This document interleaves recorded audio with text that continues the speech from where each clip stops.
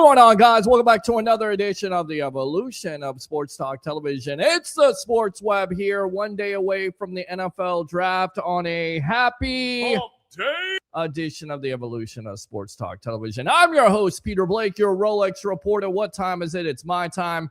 And, of course, for Bucs fans out there, go Bucs fans, it's your Christmas Day, Christmas night tomorrow. It's your time. How do we start off this show? As you know them, you love them, you got to have them. Bring your passion, bring your excitement. Just don't bring any nonsense on tonight's show as we start off a little bit late. Sorry about that. Sometimes it happens. I just want to admit it. I took a little nap, got a little sleep because it's going to be a busy couple days here. In case you missed it, we'll go live tonight. We'll see how long I go.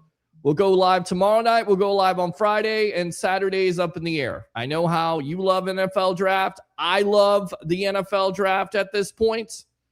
So we shall see how long the Sports Web goes. Facebook stars are open. If you like the content, give to the content. YouTube super chats are open. Like and subscribe to the Sports Web on YouTube. Give to the content again. If you like it, give to it. Because I'm here for you. If you don't know what the NFL draft is all about, you're kind of missing it. It was one of my first football events. I remember it like it was yesterday. 1987, Hope Springs Eternal as the Bucs draft a guy by the name of Vinny Testaverde. And it was supposed to turn around the franchise, and of course, it did not turn around the franchise. I believe it was 1987. Was it 1987? 2027 next year, what would that be? What would that be, 40 years? 87 to 2027? I'm aging myself out here. That's how special it is to me. I love the NFL drafts, just like you do. I'm not going to get on this program and act like I know everything about every prospect, but I'm going to do the best damn thing I can. All right? So we'll take your phone calls tonight. We'll have Mr. J.C. Allen of Twitter on, giving us the latest rumors when it comes to your Tampa Bay Buccaneers. If that wasn't enough, how about your Tampa Bay Lightning last night and an overtime thriller? So they tie up the series. They play on Friday. I will have a TV in here.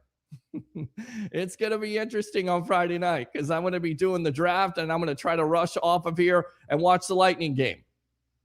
Magic had a 1-0 lead. Looks like it's going to be tied at 1.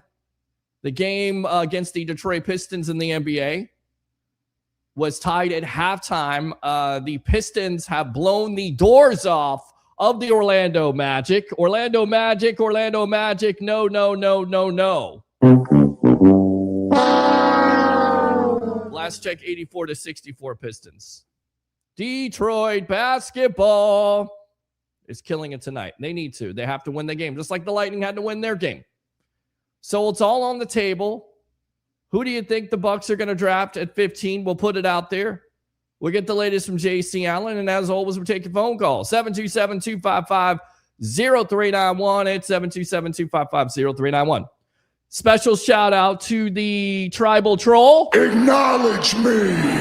Mr. Roger Shue, because I promised him that I would shout him out after he beat me at Smart Financial, which doesn't happen a lot, but I'm going to give the guy credit. I've known him for, I think, 20 years now, Roger Shue? He had like 73 deals today, so great job, Roger Shue, there at Smart Financial, my friend. We'll see what you can do tomorrow because I'll be ready. And you know you don't beat me that much, but I will shout you out. Love you, brother. Great job today. So I'll shout him out. With that being said, I will also shout this out. You don't have to go far. It's up the block barbershop, 4946 Moog Road in Holiday, Florida. Whether you want a haircut, a beard trim, a fade, they got you covered. Go see Ricky and all the great barbers there at Up the Block Barbershop and tell them the Rolex reporter Peter Blake sent you. Just saying, get out there. And then if that wasn't enough, and then we'll get to the comments in just a moment, because I know you guys are raring to go, and that's good. Don't give me crickets tonight. Give me some engagement. Give me it. I need it. It's a part of the Fan Arch Network. What's the test? The test is, Bucs fans, have you subscribed to Bucs Latest? 700 subscribers in a month and a half. We're doing pretty well to build this channel, but I need more Bucs fans. Every day, 10 to 15 minutes at 11 a.m. on YouTube, I give you Bucs content. And we give you 4 stories of the day. So it will be heating up because NFL draft season is here. Rumors, speculation. People, I don't like speculation. Well, wrong show then. Because we like to speculate on this show. We like to hypothecate. You like that word? That's good. That's a Harry the Greek word there. Bringing out my adjectives tonight. My thesaurus. Did I pronounce that right? I hope I did. So yes, Bucs Latest on the Fan Arch Network. Go like and subscribe. So again, let's read the comments, and then we will talk to JC Allen of Twitter. How about that? All right. Boy Wonder would be KR. Evening, Peter. Happy NFL Draft Eve. Go Bucs. Get that pass rusher right there. Oh, yeah. Let's go out to King Cook there. What it do, Peter? What it do, Webheads? What it do, my friend? Let's go out to 21 Parrish right there. Call him 21 Savage out in California. 21. What's up, PB? Happy hump day. Happy hump day to you. Hump day. Love that. Let's go out to the Tribal Troll. Acknowledge me. I acknowledged you. Did you like the shout out? Hopefully you did. Don't get used to it because I'll be back at the top of the board tomorrow. Tomorrow. I love you. Tomorrow. There you go. I don't know why I'm singing all of a sudden. Like I'm singing songs. You know why? Because you got one day away until we hear this. I said 1 day away until we hear this. Just like a kid in a candy store. It's like I'm 8 or 9 years old again. I'm just doing my thing. Just one more work shift before the draft, people. Laugh out loud. We're almost there. Tomorrow we'll be here before you know it. And listen, usually I take off. But because I love my job so much, yes, I actually love my job. I actually love helping people. The company, by the way, gave me $1,000 bonus for being one of the top agents in the whole company. You got to love that. I mean, they take care of their people. And I usually take off on draft day. So I didn't do it. Oh, by the way, did you watch Draft Day with Kevin Costner? You should before the night is over. Let's go out to King Cook 1485. So many mock drafts, people saying this and that. No more excuses. I believe it's time for Light and Bulls to put up or shut up. By the way, they give you the Todd Bowles watch here. It is April 22nd, the eve of the NFL Draft 2026, and Todd Bowles is still your coach. It's exciting. It is exciting, Todd. He definitely kept his job. It's amazing, and a lot of Bucs fans thought he was going to be fired every day. They're going on the Facebook post there. Is Todd Bowles fired? Todd Bowles fired? No, he's still the head coach of this team. Jason Licht, still the general manager of it, and we got the dub, baby. we'll hopefully get a lot of dubs there, Todd, in 2026. That'd be nice. Evening, fellas, is Christopher Cole. Oh, yeah. Good stuff there. Let's go out to King Cook. Thank you very much. Oh, look at this. Best of the Bay, Tampa Bay, Ray Kennedy. Mr. Kennedy. Hold on. Kennedy. See, this is what I love about my show. I can do my show the way I want to. Like, I play sound effects. I can goof off. I can say what I want. I can hang up on you. Can't do that at the other job. Can't be so aggressive. I'm a little bit too aggressive sometimes. That's what happens. You know, you got to make an omelet. You got to crack some eggs. Make no mistake about it. I'm getting my cheese. How about that? You like that, kids? That's bars right there. So that's what I love about my show. I can do whatever the hell I want to because it's my show. So there you go. LFG Bucs, next chapter, absolutely. Wait up, Wait up. Let's go out to Gene. Yes, Byron. How about those Bucs? We'll see. Bucs fans, what do you want to see them do tonight? Webheads, what do you want to see this team do at 15? Go ahead, apothecate. Give me some picks. Is it Akeem Mesidor? Is it Cassius Howe? Is it a corner like McCoy from Tennessee? Is it a guard like Vega from Penn State? Is it somebody else? Is it a wide receiver like Jordan Tyson? I hope not. Is it a defensive tackle like Peter Woods? Who is it? Who are you? There I go again, trying to sing. I'm not doing it. I'm a talker, not a singer. But who do you want to see the Bucs draft at 15 tomorrow night? And it'll probably be about 10:30 maybe, as people are hitting me up right now while I'm live. I'm live right now. Okay, thank you. Yeah, thank you. Okay, good. All right. So, yes, go Bucs. Go Bucs. Wait up, little boy. Wait up. Go Bucs. It's exciting. Go Bucs. Fire the cannon. Go Bucs. Again, favorite draft story. Favorite draft pick of all time. We threw out the draft picks of all time. Mike Evans, number 5. I can remember it. Leroy Selma, number 4. Tristan Wirfs, number 3. Warren Sapp, number 2. Derek Brooks, number 1. Do you like that list? Make your own list. Put the comments there in the box.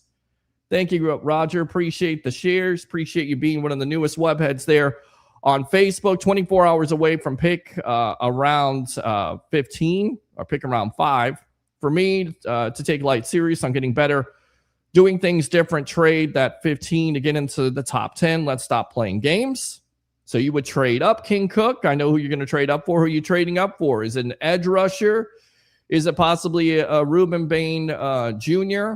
from Miami? Does he slip that fast? Does he slip down? Could he stay in the top 10? Do you trade up for a guy like that? Do you trade up for David Bailey? Sonny Styles, I think that's who you want to kind of trade up for. I think that's what a lot of Bucs fans want to trade up for. Christopher O'Reilly says, good evening, Peter. Daniel Jeremiah has us trading with the Eagles for the 23rd pick and taking Akeem Mesidor. Interesting. Wow, history would repeat itself, right, Bucs fans? Remember 1995? What a glorious, can I say it again, glorious draft that was. A game changer. Changes the face of the franchise. Because what do the Bucs do? They trade down from number 7 to the Philadelphia Eagles. The Eagles take the greatness of Mike Mamula, a combine champ, but did nothing at Boston College. They take him. The Bucs trade down at number 12. Who did they take? Warren Sapp. Then the genius of Rich McKay and Sam Weiss at the time. I'll give Sam Weiss, the late, great Sam Weiss, credit. They trade back into the first round with none other than the Dallas Cowboys. How about those Cowboys? And get, who's my favorite player? Mr. Derek Brooks. Fire the cannon. And it changes the franchise forever. That's one of my favorite drafts of all time. Besides the first one, because it didn't work out too well. There was only one pick I really remember. That's Vinny Testaverde. All right. But 95, remember that one. How about 97? 97 good? 96. Mike Alstott. Is that a good one? Pretty good drafts there in 96. 97, Warwick Dunn, Riedel Anthony, one of my favorites. Pretty good drafts. I'm just saying. So yes, 12 personnel or edge rusher or 15. I wouldn't be surprised if we traded back, but we went with Zion Young. That's certainly a possibility. It's been talked about. The concerning thing about Young is he doesn't have the production, but we've heard his name a couple times now. We're going to get the latest from JC Allen on Twitter there. We're going to see what Zion Young brings to the table. The ceiling is high. Does he necessarily have to come in and be productive? I think he does. But it's tough, right? We threw this out there all the time. The last 10 years, only 6 pass rushers to go for over double-digit sacks as a rookie. It doesn't happen. It's an anomaly. Another big word. There you go. Just bringing it out tonight with the big words. Just full of it. Just really, really full of it. Thank you. I appreciate that. We need to trade down. Trade down at least twice. Why trade down, Realtor David Zuzman? Tell me why. You want to trade down? You want to trade up, Bucs fans? Get on the phone line, 727-255-0391 and 727-255-0391. Lightning scared me last night. They did. For the first 2 periods, they were sleepwalking. That's good enough to suck right there. Stand by really quick. I got to hook up my phone line. Stand by. In fact, let's go out to a commercial really quick, and I will get out to the comments. I know this is highly unorthodox, but welcome to the evolution of sports talk television. Here we go. Up the Block Barbershop. You don't have to go far. It's Up the Block Barbershop, 4946 Moog Road in Holiday, Florida. Whether it's a haircut, a beard trim, a fade, they got you covered. Go see my favorite barber, Ricky, and all the great barbers there at Up the Block Barbershop. Tell them the Rolex reporter Peter Blake sent you. Again, it's Up the Block Barbershop, 4946 Move. We're here in the Keeneland room where a lot of VIPs take betting very seriously. And I have found no one other than Harry the Greek, I've been told is your name. Absolutely. It's Harry the Greek. How are you? Doing great. How about you? I'm great. Thanks for having me on. Absolutely. Now tell me some of the bets you have for today. Oh, for sports with FanDuel? Unbelievable. I got some really good upsets this week. I actually played the Bears in the money line, and my upset special is the New York Jets. Oh, got a sleeper. I like it. Okay, what about for the horse racing today? A lot of pick fives, pick fours. We're having a fabulous time out here with Keeneland, and I'll tell you what, it's great. We are having a fabulous time right now. There you go. I had to hook up the phone line really quick, got it hooked up. So it is ready to go. Open phone line, 727-255-0391 at 727-255-0391. So we will continue to read some of these comments. We're waiting for JCA here. See what's going on with him, if he's coming on or not. I don't see him yet, so he should be on in just a little bit. So we'll continue to read comments as always. But yeah, Lightning for the first two periods really stunk it up. And then what changed the momentum? Brandon Hagel doing his best. Vincent Lecavalier against Jerome Ingingla in the Stanley Cup final there against the Calgary Flames. What was it, game 1 or game 2? Really set the tone. Oh, you guys think I didn't watch hockey before? Yeah, I watched hockey. I'm a Lightning fan. It changed. It set the tone. It set the table. It changed everything. The Lightning after that woke up. All right, we'll get back to the comments in just a moment. Let's go out to Realtor David Zuzman. Welcome to the evolution of Sports Talk Television on a happy hump day and, of course, a draft eve. What's going on? What's on your mind, boss? How you doing? Hello, Peter. Yeah, I'm just excited. Like Todd one Bowles. day away. Yes, Todd Bowles is excited. You're excited. There you go. Yes. And I think we have a really good chance to turn this roster around if we do the right things. So, number one, it's very important for us to trade down. Okay. Why trade down? No. Why not sit at 15 or trade up, like some people would say? Why you trade down, Realtor David Zuzman? Yeah, because the way I see it, the best value in this draft is right on third round. And if we can trade down at least twice, you can get at least 2 extra picks on the third round. That would really make a difference. So the way I see it, trade down twice. We get Jacob Rodriguez on first round. Okay. On second round, we go with Chris Johnson, cornerback. Certainly a possibility. The Bucs have had a visit with him out of San Diego State. He is a mid. He's hovering in that first round, second round. He could sneak into the first round. A lot of teams impressed with him at this point. Go ahead. Yeah. Then on third round, we trade up a little bit just to make sure that we get the best pass rusher that nobody's talking about. No one's talking about. Dennis Sutton. Okay, why him? He's very explosive. He's awesome against the run. He's big. He also can pass, he can bend. He can win with power. He's really good player. And I think, more people should watch the tape. Okay. So then with that, you will have 2 extra picks on the third round, right? And with these 2 extra picks, you go with Sam Hatch, center. Okay. And then the second one. Why are we going with the center for? Player. We don't like Graham Barton at center at this point? No, I hate it. I think he will do much better when he goes to be a left guard. Okay, so where's Brederson at? So he will be a very good backup because he can play both center and left guard. So he would be a reliable backup. Then second extra third round pick, Barham from Michigan. Okay. He's an edge rusher who can play kind of similar to Micah Parsons. So he can kind of like go around, and he is a really good player. Fourth round, Caleb Proctor. 5th round, Alan Orr, middle linebacker. Okay. 6th round, Tanner Cazio, tight end, very tall, mismatch, unbelievable. And then on the 7th round, Micah Morris, guard. He had 0 sacks in the last 3 years, and he's projected to be a 7th round pick. So this one is amazing. He's a Georgia player, really good player. So this is my strategy. And if we do anything similar to that tomorrow, I'm going to be a very happy camper. All right, David. That sounds. It doesn't sound too bad. I have some questions though. Inside linebacker in the 6th round. You're not getting anybody in the. Who are you getting in the 1st round? Are you just trading the 1st round pick out? No. On the 1st round, we go with Jacob Rodriguez after trading down twice. So right? we're drafting 2 inside linebackers. Okay. Their edge is when? Is it the 2nd round or 3rd round?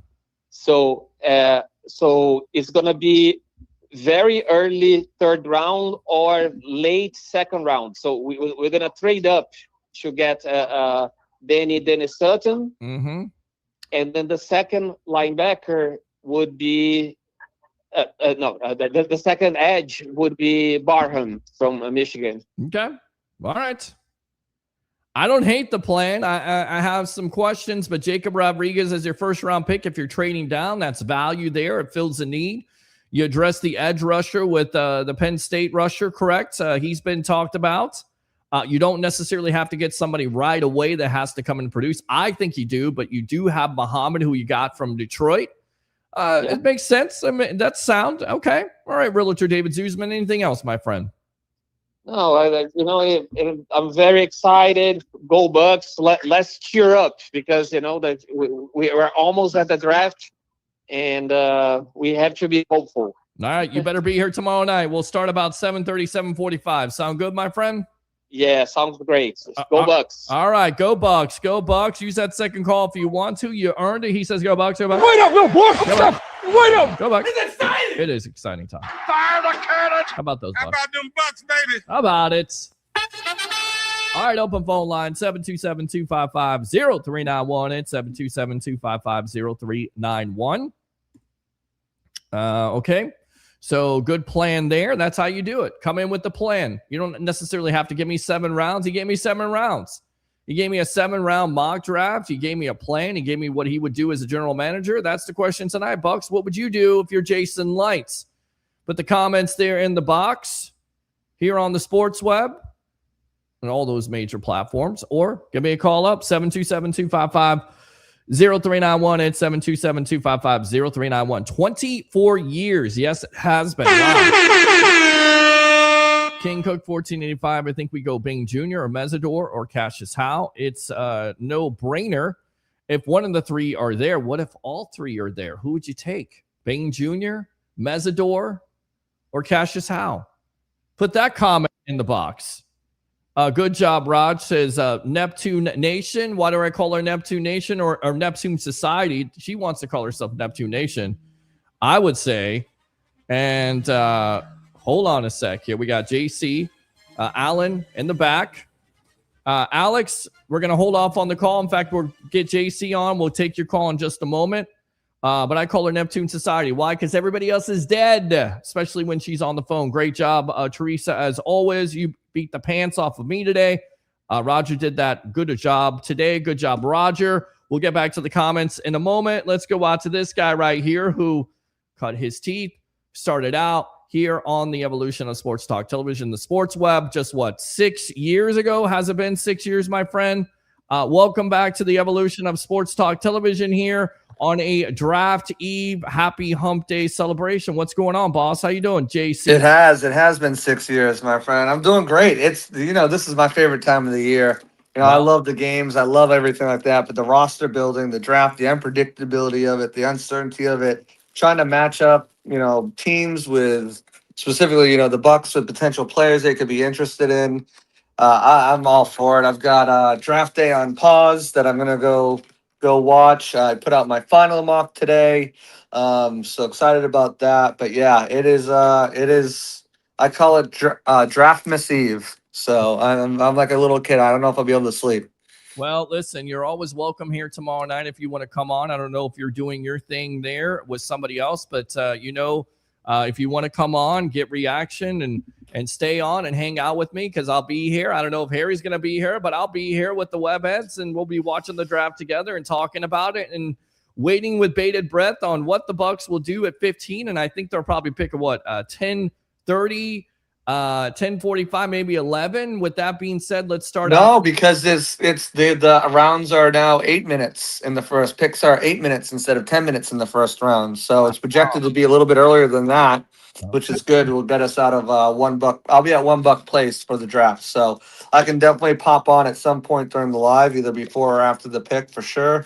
Don't know how long they're going for, but we'll have the pressers with the draft pick, and then we'll also have the presser with Todd or Jason, whoever comes down. So whether it's before or after, I can definitely pop on and talk some more Bucs football with you. But yeah, I'm excited, man. I can't wait.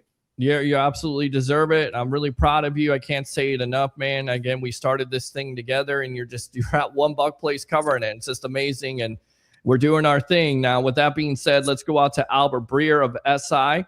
He reports that likely there'll be a first-round run on offensive lineman beginning from the 10 to 14 range. I smell maybe a trade down, which is what Jason Licht wants, according to insider Jordan Schultz. So that was Jordan Schultz. Albert Breer believes that Jason Licht wants to move down. We know that Licht has a propensity of moving down because he's done that before.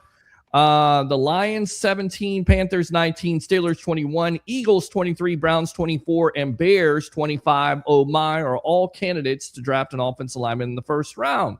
So this seems like it's good news because we're always talking about, JC, a quarterback that's on the board, maybe a Ty Simpson, maybe a team gets desperate to trade in front of the Jets. This absolutely works in Bucs' favor where the Bucs can trade down. Do you think this happens tomorrow night where the Bucs will take that call, move down, and still get the edge rusher, maybe an Akeem Mesidor, a Cassius Howe, or possibly a Jacob Rodriguez? Once again, welcome to the Evolution.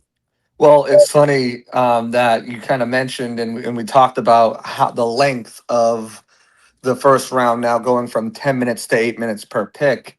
And with that, from what I've kind of gathered, is that the Bucs already have several trades in place with potential teams, or at least the ground workings of trades in place if they are going to move back. Because of the shortened time, teams want to know kind of what they're trading back, what they're getting, what it's looking like, all that stuff. So they've done their due diligence and have certainly had recent contact with teams. The likelihood of it happening, I think if you asked me 3 days ago, I would say they're hoping and wishing and praying.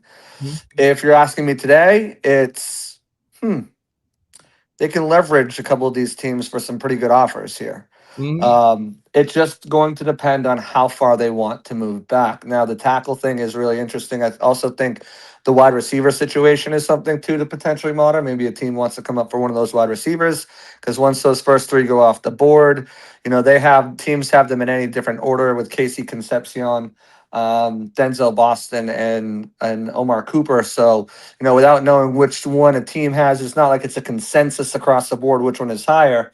If a team does want to come up for a wide receiver and really likes one of those guys, that 15 becomes a palpable pick for them, palpable spot for them too. But the tackles certainly make it interesting, certainly make it intriguing for teams that want to move up. I think out of those teams you mentioned, the three that I would kind of single out right away would be the Steelers, the Eagles, and the Browns. All three of those teams potentially need tackles. Philly potentially needing a wide receiver, maybe a guy like Denzel Boston's there, or and they can maybe they can look at those kind of a big-bodied outside X wide receiver to go with Devontae Smith on the other side, and whatever they have in the slot. I think it's like Jahan Dotson maybe or something. But I actually have an article coming out tomorrow that's going to highlight 3 potential trade scenarios the Bucs could make. So I'll give you those to you right now. So we'll start with Pittsburgh because they're the closest. It's 15 to 21. The Bucs would also give up their 6th round pick, 195, and get a 3rd round pick, 85, and a 4th round pick, 135. Philly would be 23, 68, and 114 for Tampa Bay's 50 and 95. So their 1st, their 3rd, and their 4th. And Cleveland would be 2470 and 149. They're fifth, so a first, a third, and a fifth for Tampa's first and their seventh round pick. Now, the reason why all these kind of make sense and they all really add up on the Jimmy Johnson trade chart is because of what you just mentioned. Those tackles. All three of these teams could come up for tackles and all three of these teams have extra picks in their arsenal. The Steelers have 3 seconds. I think Cleveland has 2 seconds. Philly has Pittsburgh has 3/3. Cleveland has 2/3. Philly has 2/3 and 2/4. So excess picks in all these teams, and they have that ability to kind of shed some of those, while the Bucs pick up much needed draft picks and bites at the apple, and they can move up for potentially that tackle. All right, we got some breaking news here. I got to go out to this right here. One of the publications I definitely listen to. I listen to the Ira Kaufman podcast. I listen to all their stuff there. Joe Bucs fan with a $5.99 super chat right there. What a studs. What's up, Lee? Appreciate Or Steve. I think it's probably Lee. It's probably What's up, Lee? Lee, appreciate it. He says, bring the passion. We shall, my friend, one day away from the NFL draft on draft eve. I throw this out there. I throw a trade scenario out at you. Alex Highsmith, 8.9 in cap right now if the Steelers trade him, or they can save it after June 1st and save 14.5. 36 solo tackles, 15 tackles for loss, 9.5 sacks. We'll trade first-round picks, and I'll give you a third-round or a fourth-round pick. Then I get a chance to not only trade down, but I can get that inside linebacker like a Jacob Rodriguez. I can fill that edge rusher with a veteran who is 28 years old. Again, 9.5 sacks, can develop, gets that time. I don't necessarily have to depend on a kid. That's why I think Mesidor is very attractive. How about something along those lines? A Highsmith to the Bucs from the Pittsburgh Steelers. Do you think Jason Licht would be interested in something along those lines? See, I don't, and simply because selling Max Crosby or Trey Hendrickson to the Blazers is one thing. I think selling Highsmith, and he's going to want a new deal potentially, and the draft pick conversation. If he doesn't want a new deal, I believe he's making $18 million in cash this season. So I mean, that's you're pumping up a pretty high amount of cash payout for the Glazers. Do they want to spend that? Typically, when they're going to spend extra cash over their allotted, usually it's around a $50 million budget they give Jason Licht, or it's the bottom third of the league. Usually, they want to spend that extra money going on their own players, which is what they're willing to do for guys like Levante David and Mike Evans. So I don't know if they'd want to acquire somebody. I think Jason probably really feels comfortable. I think he kind of feels like he's got something to prove too when it comes to an edge rusher. He's been asked several times if it's a blind spot for him. Saying, and defending those choices by saying, we brought in Shaq Barrett and we traded for JPP. JPP was established and Shaq Barrett was on veteran minimum. So I think that's a narrative that he'd like to kind of change too. And I think with a guy like Akeem Mesidor being available in their reach, potentially even with a trade down, I think that's something that he feels comfortable with. This guy's going to not only turn the track record around, but also help the team tremendously as well. I love it. We're on with JC Allen on Twitter. We got some breaking news. We got Realtor David Zuzman with a $9.99 super chat. He says second round pick next year for Nick Herbert. Peter, I've been saying for 13 months now, let's get Nick Herbert. Go Bucs. He says, go Bucs, go Bucs. Fire the cannon! Absolutely, we should. Herbert's going to have one contract too. He's in the final year of his rookie contract, so he's going to come with a big deal. Probably, I think Josh Capo, a Pewter Report, averaged it somewhere around $23 million a year. So you'll get, do you want to sink in $23 million a year to Nick Herbert, who should fit the system in all aspects and all intents and purposes, but you're not sure. How does he fit everything? And hey, here's another thing: Yaya Diaby is probably going to cost $20 million next year. I think Jason really wants to land, since he wasn't able to land Trey Hendrickson, and maybe at that point he would have let Yaya walk or try to figure it out. I think he really wants to pair Yaya with an impactful edge rusher on a rookie contract. So he can go to the Glazers next season and say, look at his pressures, look at how he impacts the game. He's top 10 in pressures since he entered the league. Pretty impressive, but he hasn't turned him into sacks, but he hasn't had someone across from him, and hopefully the hope is Messidor is what everyone thinks he is and comes in and can churn out, 7, 8, 9 sacks and help Yaya get, 10, 11, 12 sacks. And Kalijah is healthy and he gets 10 sacks and Vita, like that's the hope, right? And I think you can still hope for that when you go a little bit later and go look at like a Malachi Lawrence or maybe an Arme St. Thomas or one of those other guys, Gabe Akis. But they don't quite have the immediate floor and the all-around game that Messidor has.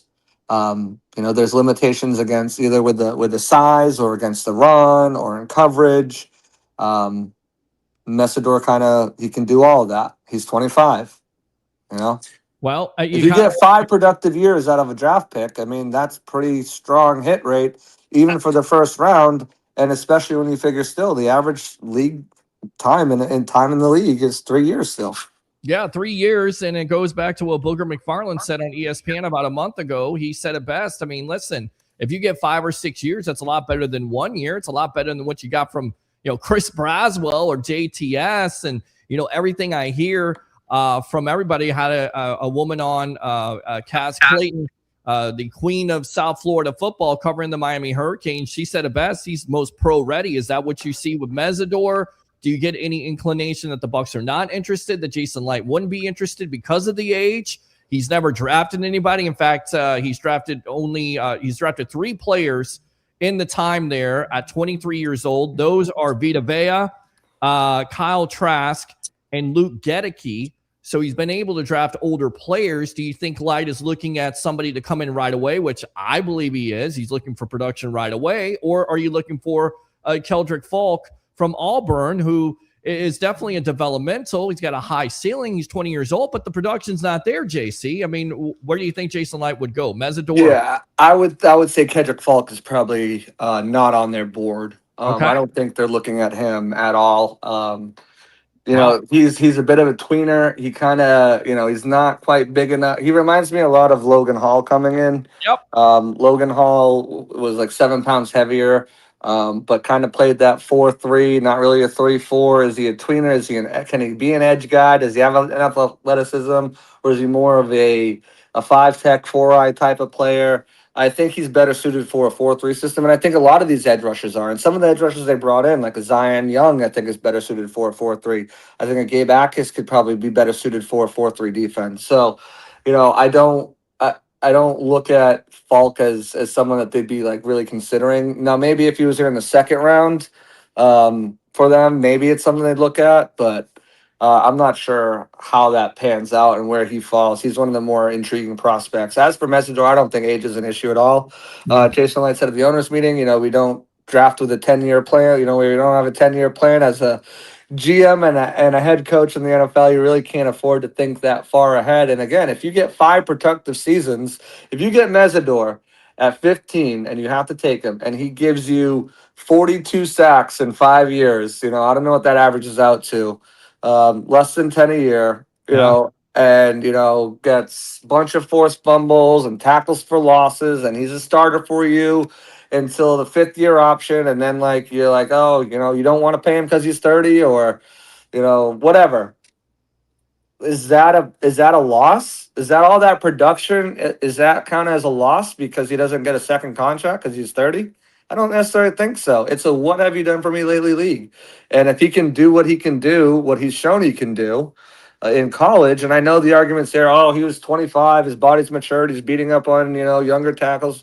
Not all the time, and he still dominated almost everyone he went up against. So I don't think anything like that is an issue. He's such a unique and versatile prospect where he started his career on the inside. He worked on the outside with Jason Taylor, Hall of Fame defensive end for the Dolphins down there at Miami, and he kind of put everything together. He can stop the run, he can drop in coverage, he can reduce inside on passing downs too, and give you a gruesome twosome of Kalijah Cansey and Akeem Messidor. And then you have David Walker's speed on the edge with Yaya Diaby on the other side. And and that's a 4-man front that can get after a freaking quarterback. So, like, there's a lot of pros to it, and I guess everybody,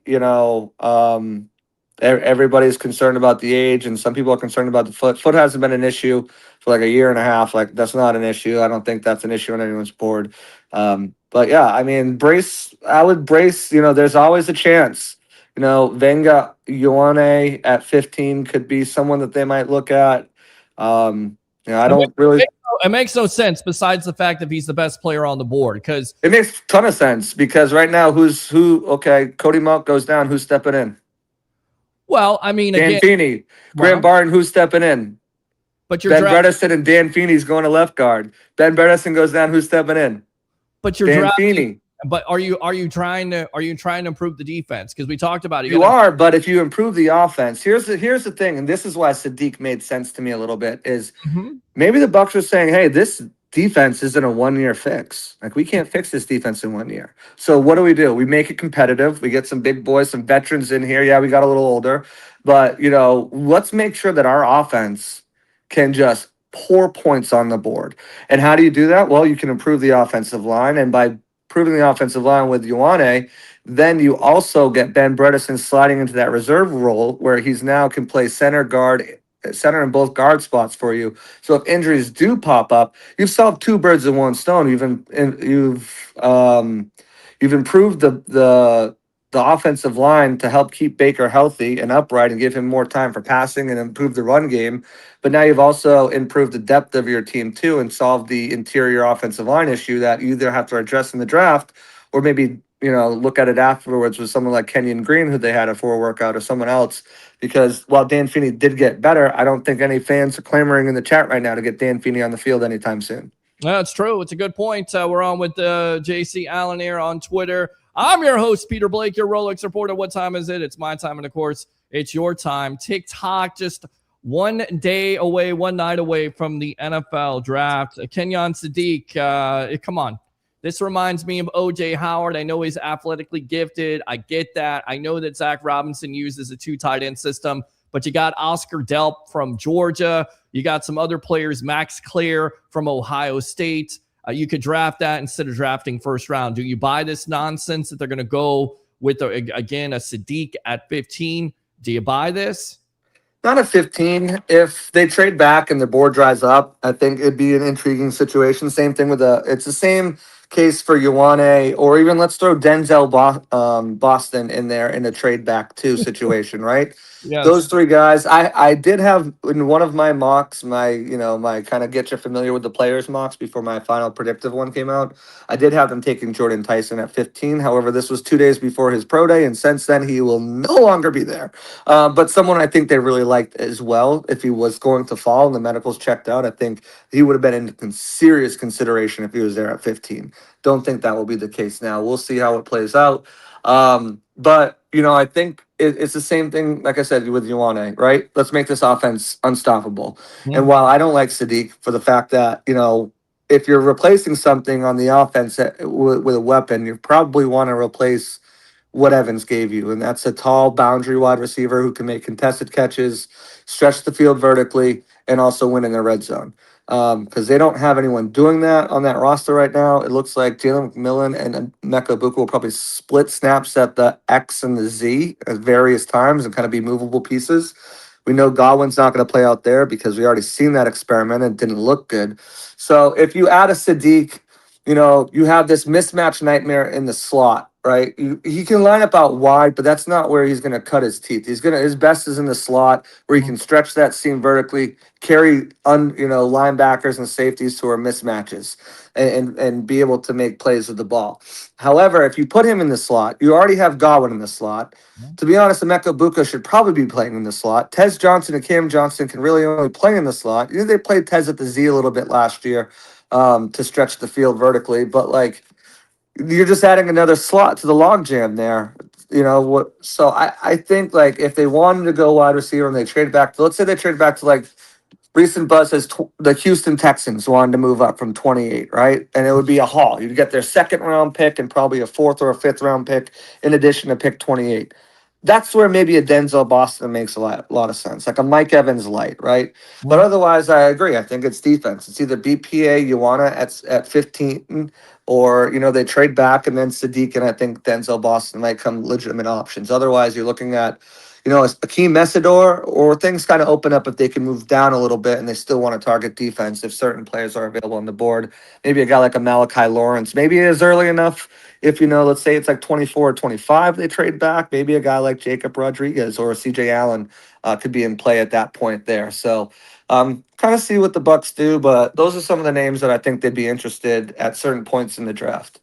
All right, so we got breaking news. We got more super chats here from Joe Bucs fan. $5 right there. Hey, he does have a great Trump impression, though. I know Lee's heard it before. It's phenomenal. Really? Stop saying Dan Feeney. Viewers are breaking out in hives. See, I think so. You're exactly right. And if you watch the Jets game, which I was in the press box, I think that was the game that was never going to end. In fact, I think Baker Mayfield said the game was going to be 7 hours because there were so many holding penalties, and you had the greatness of Dan Feeney with his mullet and who was his mustache? Yes, Elijah Klein. Luke Haggard. I'd rather have Michael Jordan. Michael Jordan, not Sir Air Jordan. Not Michael Jordan. Yeah, it's rough, and I mean, I think that's why Ioane would be in play there, because that automatically solves it. Now, I do like the idea of Kenyon Green trying a reclamation project. I think Tarberry is a hell of a coach, and if anyone can get him on the right track, a former first-round pick with traits and talent that just didn't succeed in Houston for whatever reason.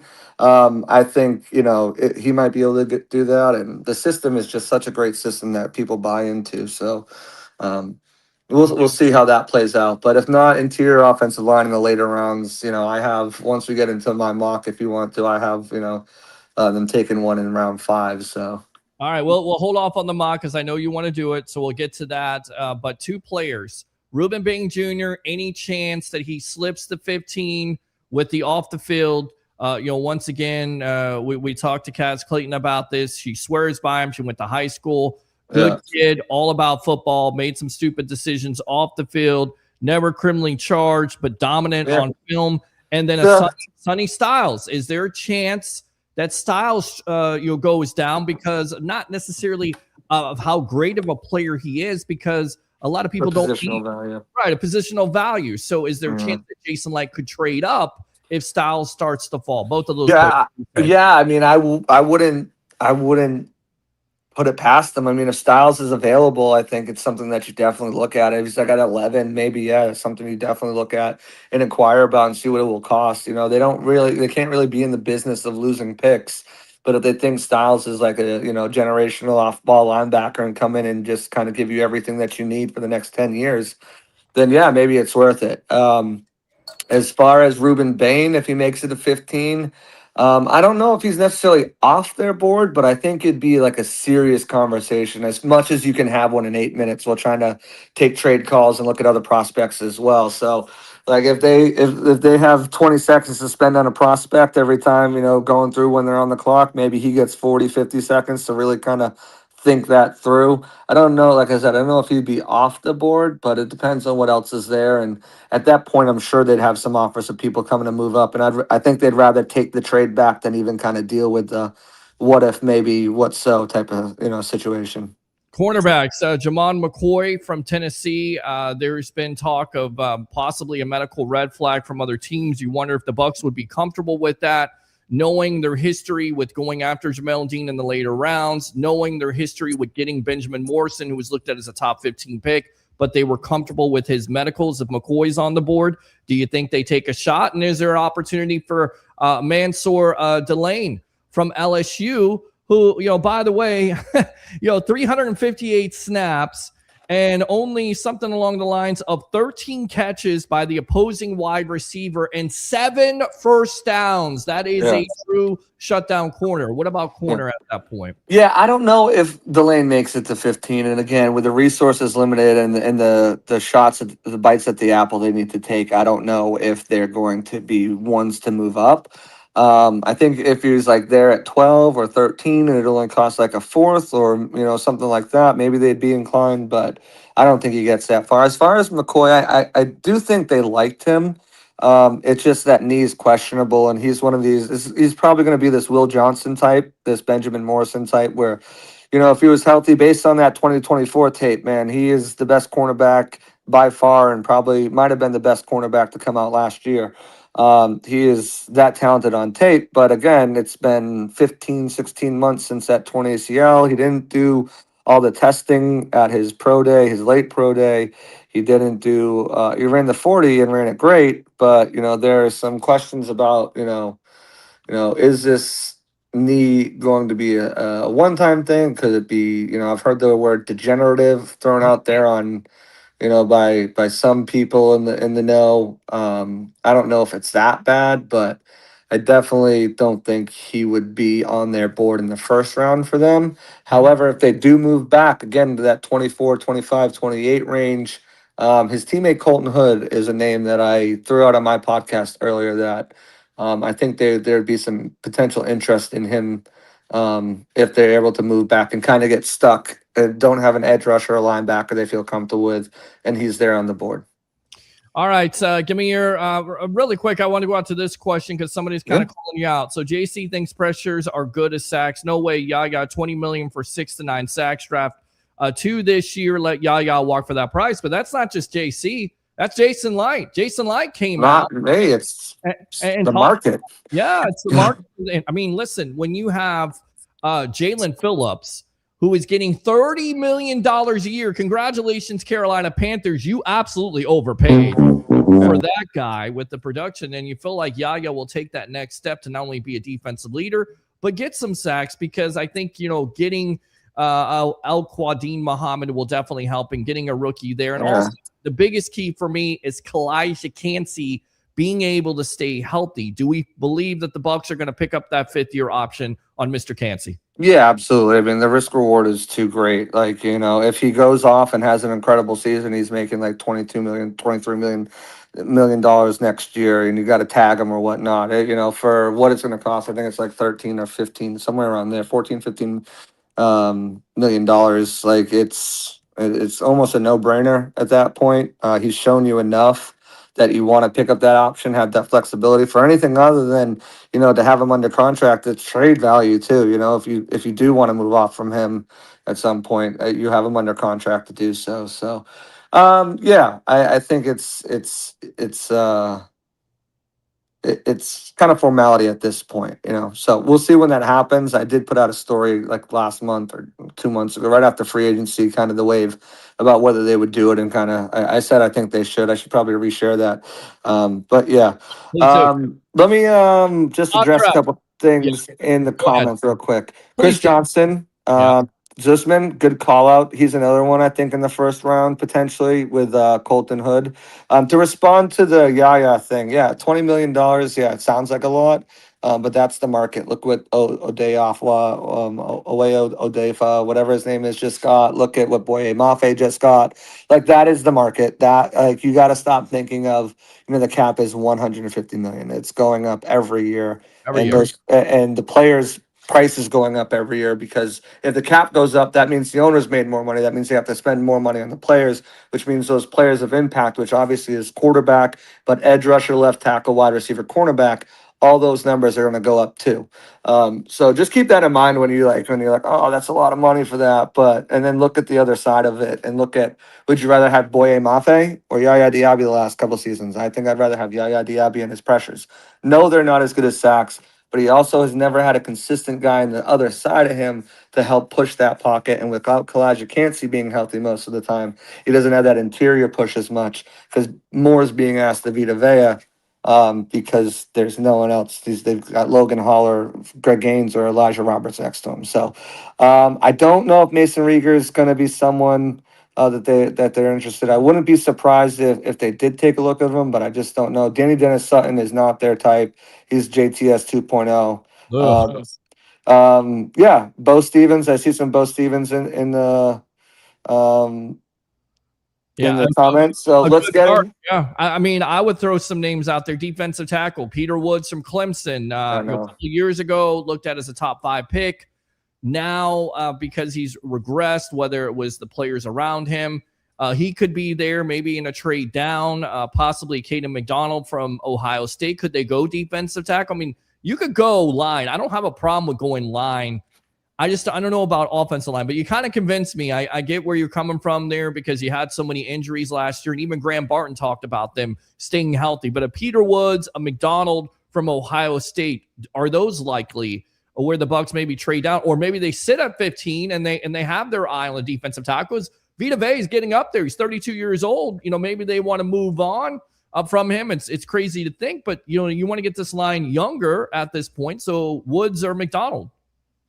Yeah, I don't think either one of those guys would be on their radar in the first round. I think if anyone would be on their radar, it'd be like a trade back scenario with like the Texans where they're going that far back because they like that many players in this group setting. I think Christian Miller would be the guy that they'd probably take a look at. Brought him in for a 30 visit. He's a good run stuffer, has flashed some pass rush ability, just not consistent, needs to work on his pass rush moves and stuff like that.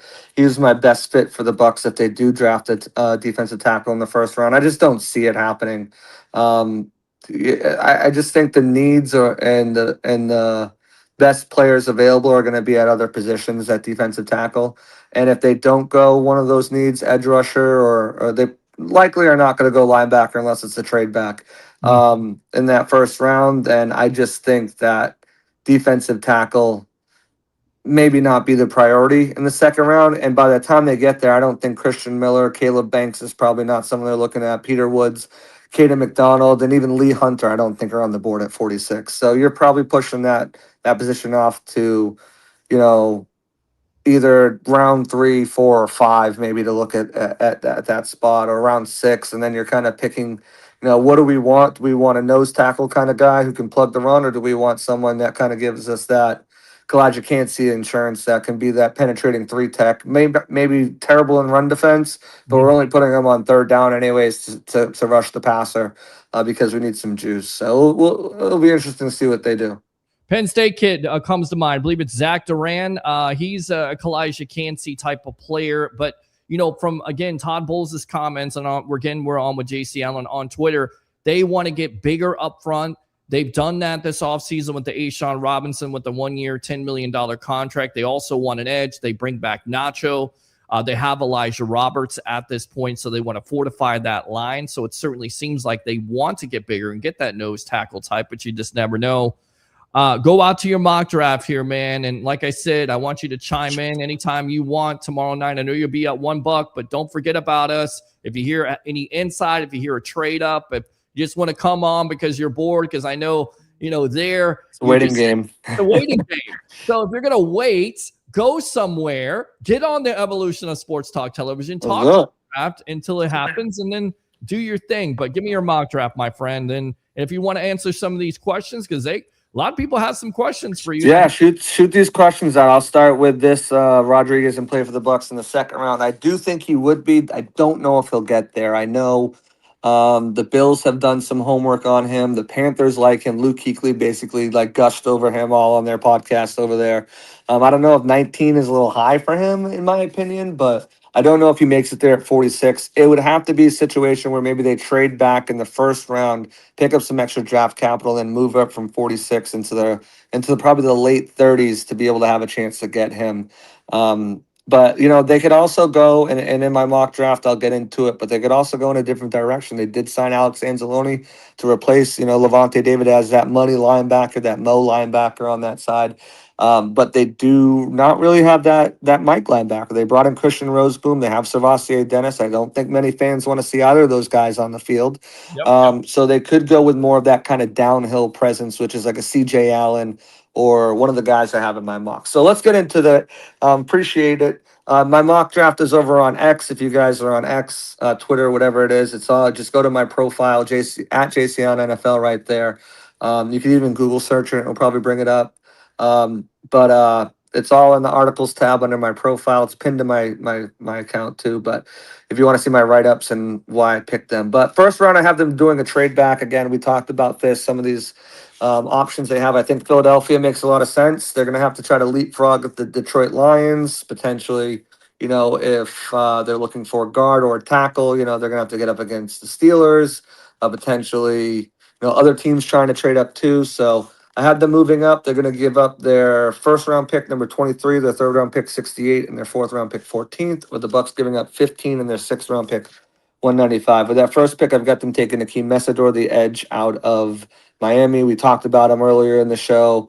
I just think, he's a guy who's going to fit a need, the most pressing need they have, and he's going to immediately give them an impact. He's ready to play, ready to go right now, and he can start aside Yaya Diaby and really give you a strong rotation now with AQ Muhammad. And if David Walker's the guy they think he is, a really strong rotation, Anthony Nelson, and then, hey, Chris Braswell looks like the odd guy looking out here.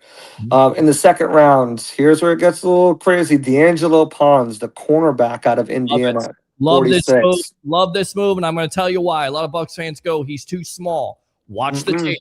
5'9", 182, but he plays like he's 6'2", and we heard Todd Bowles this offseason say size doesn't matter. He plays like a man possessed. He plays a lot bigger than what he is. He plays physical. Jacob Parrish. Yeah, well, there you go. And Jacob Parrish, to me, is the best corner on this team. So if you add him from Indiana, once again, a player that played at a great program, just won the national champion. That's Jason Licht all day long. So talk about him. Yeah, so he had an informal combine interview, which means they didn't spend a formal. They didn't bring him in for a 4:30 visit. But, Peter, why would they need to?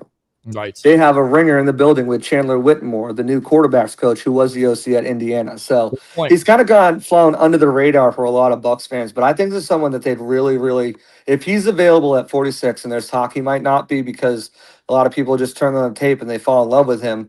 But I think they would really kind of pull the trigger there. It's not really an issue because we saw Jason Licht do this with Jamel Dean and Sean Murphy Bunting and Carlton Davis, where he just threw resources at the position to try to, not only build the depth, but just see what stuck. So second round, if you drafted someone in the first round, obviously you feel like they're the starter, right, over Morrison. And it can feel like to the organization, it can feel like to fans that, hey, this was a wasted second round pick. But when you add a second round pick, now it's competition and let the best dog win. And now we're in a good spot with depth. So, and I feel like second round's a good one. But yes, explosive, instinctive, ball skills, elite speed. He attacks the catch point like a wide receiver.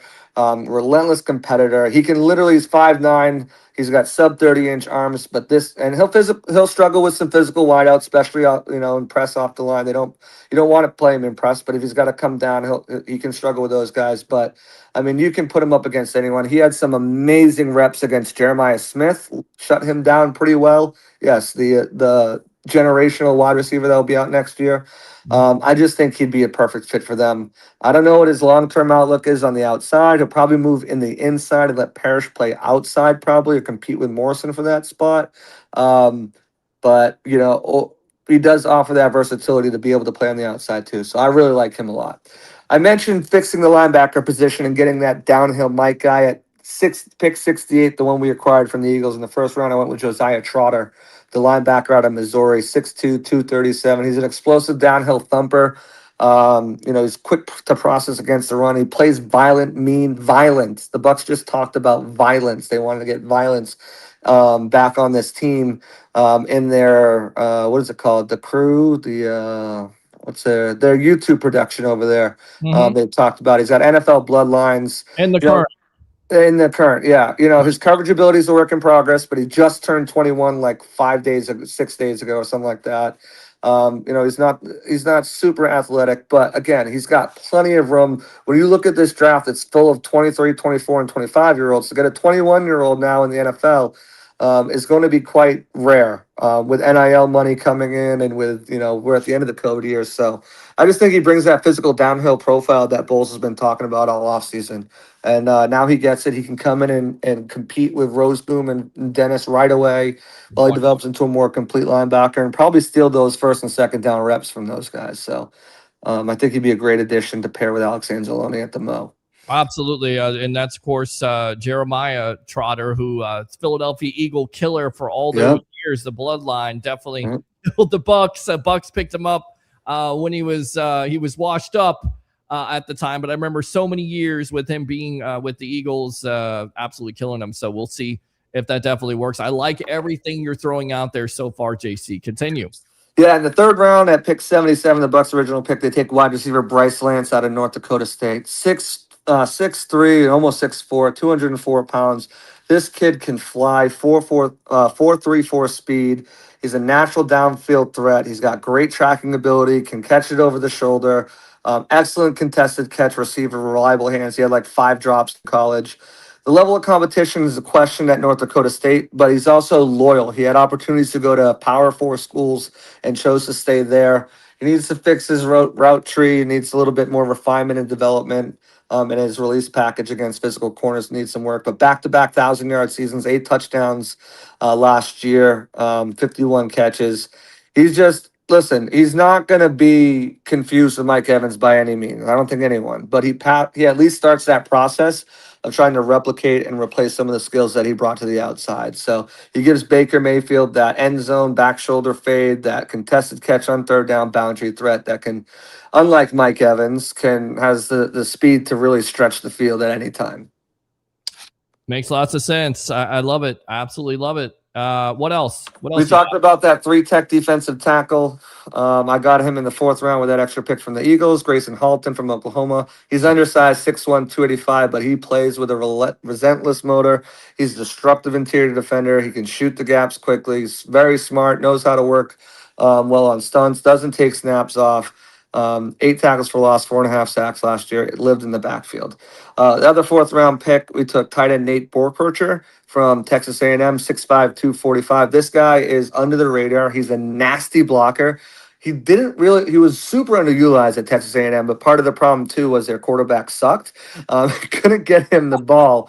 I believe Sam Munson, he's checked the mic. He was talking about him on his podcast the other day, and it's like the beginning of the season he was like doing great, and then like I go to check in on him, like where the hell did he go? And it's just like they just didn't know how to use him. But I think with Zach Robinson, you suspected users of more 12 personnel sets.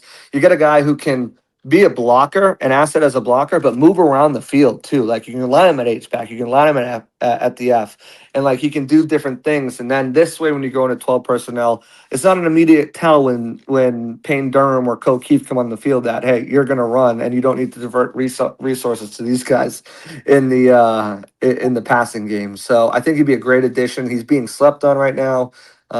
There's a lot of tight ends in this class. The Bucs, I think, brought in 8 of them and had like 12 interviews with them at the combine, and I think like 7 of them were formal. So they've done their diligence. Jason Licht said it'd be great to add to the position, but okay, we know, Jason. So. Well, I mean, a lot of fans will look at the tight end room and say, why not Devin Culp? What's wrong with Devin Culp? I mean, I think it's also. Yeah, go ahead. I just don't think he's come on as a blocker yet, man. And I feel like, he can block a little bit in space, but even like on the outside on screens and stuff, I don't know if they fully trust him out there to be able to be nothing more than the same thing that Ko Keefe and Payne Durham is. Hey, blockers are coming in. Hey, move tight end is coming. All right, adjust the personnel, because as soon as you adjust personnel, they're allowed to adjust personnel. So, I think that's part of the issue there. And we'll see if it comes together in year 3 with training camp. And, if they draft someone, then it makes it really hard for him. And maybe he wins the spot. And if they draft one of these guys like Borkircher, who is a blocker, just as good as a blocker as he can do, or maybe it's maybe they go for another traditional Y, like a Sam Roush or Will Kasmerick. And then he's got a chance to stick around and beat out Payne Durham. But we'll see. It'll be interesting to see how it plays out. All right, wrapping up, last 2 picks. In the 5th round, I got interior offensive lineman Bo Stevens. Someone mentioned Bo Stevens in the comments. Iowa offensive lineman, so he's smart. 6'5", 315. This dude made 35 career starts at Iowa across both guard spots. Mm-hmm. In his final 2 seasons, he had 1 penalty that he committed. He allowed 0 sacks and 0 quarterback hits on 682 snaps. Tremendous. 682 snaps. Yep. He's extremely clean, elite pass protector, has a strong anchor. He can get beat by quicker rushers. He doesn't have great arm length, but I think that's a trend with most of these offensive linemen in this class. And you can get caught lunging a little bit and get off balance, but again, smart. He's got the versatility, the smartness. He was first team All-American. He was part of the offensive line that won the Joe Moore Award, team captain. he knows how to pick up a pro style offense, and he should automatically be in the competition with Dan Feeney. Sorry, everyone, to be the top reserve at guard on the team. So really like him. And then Cole Wisniewski, the Texas Tech safety, played 4 years at North Dakota State before transferring there last year. Didn't really have a lot of production last year, but did have 8 career interceptions. Or 8 interceptions in 2024 at North Dakota State. More of a physical downhill linebacker, guy who can play down by the box. So gives you kind of more of that, Tyke Smith, Jacob Parrish type deal there. So not great athleticism. He's not going to be a guy you're going to ask to cover the top of the field, but he is a guy who's going to be able to kind of bring some thunder, blitz, find a role on special teams for sure, and then contribute in sub packages. All right. And that's the draft. Any chance the Bucs take a quarterback in this draft at all? Any chance? I don't think so. My best built for the Bucs best fit series is up. It does have quarterbacks listed. In the 4th round, I think I went Drew Aller. In the 5th round, I went Cade Klubnik. 6th round was Joe Fagano from UConn, and then Altemeyer was my 7th round. But I really don't think so. They brought in Jake Browning to be the backup. They actually really like Connor Baselick and what he did last year. Remember, they promoted him to the active roster last year towards the end of the season. They really, I think they really like what they have in development by him. I do expect them to sign an undrafted free agent, but figure he's more going to be a camp body, certainly a mini camp arm and a camp arm, if anything. So, but you never know. Connor Baselick was a camp body last year, and look what happened. But I seriously doubt they draft anyone in the 1st round. All right. I mean, any quarterback at all in any of the rounds. There you go. There you go. All right. Favorite draft day line, go.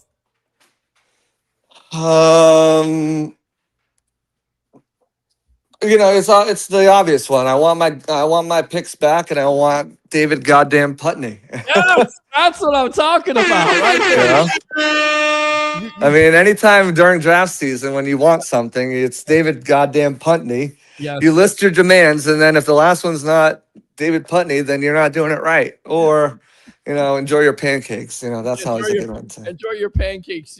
Come on, you pancake eating son of a. Yeah. Well, he says the MFer, but yeah. Yes, he does say that. He does. That's a great movie. Listen, I don't know why people hate that movie so much. The other line in the movie is what?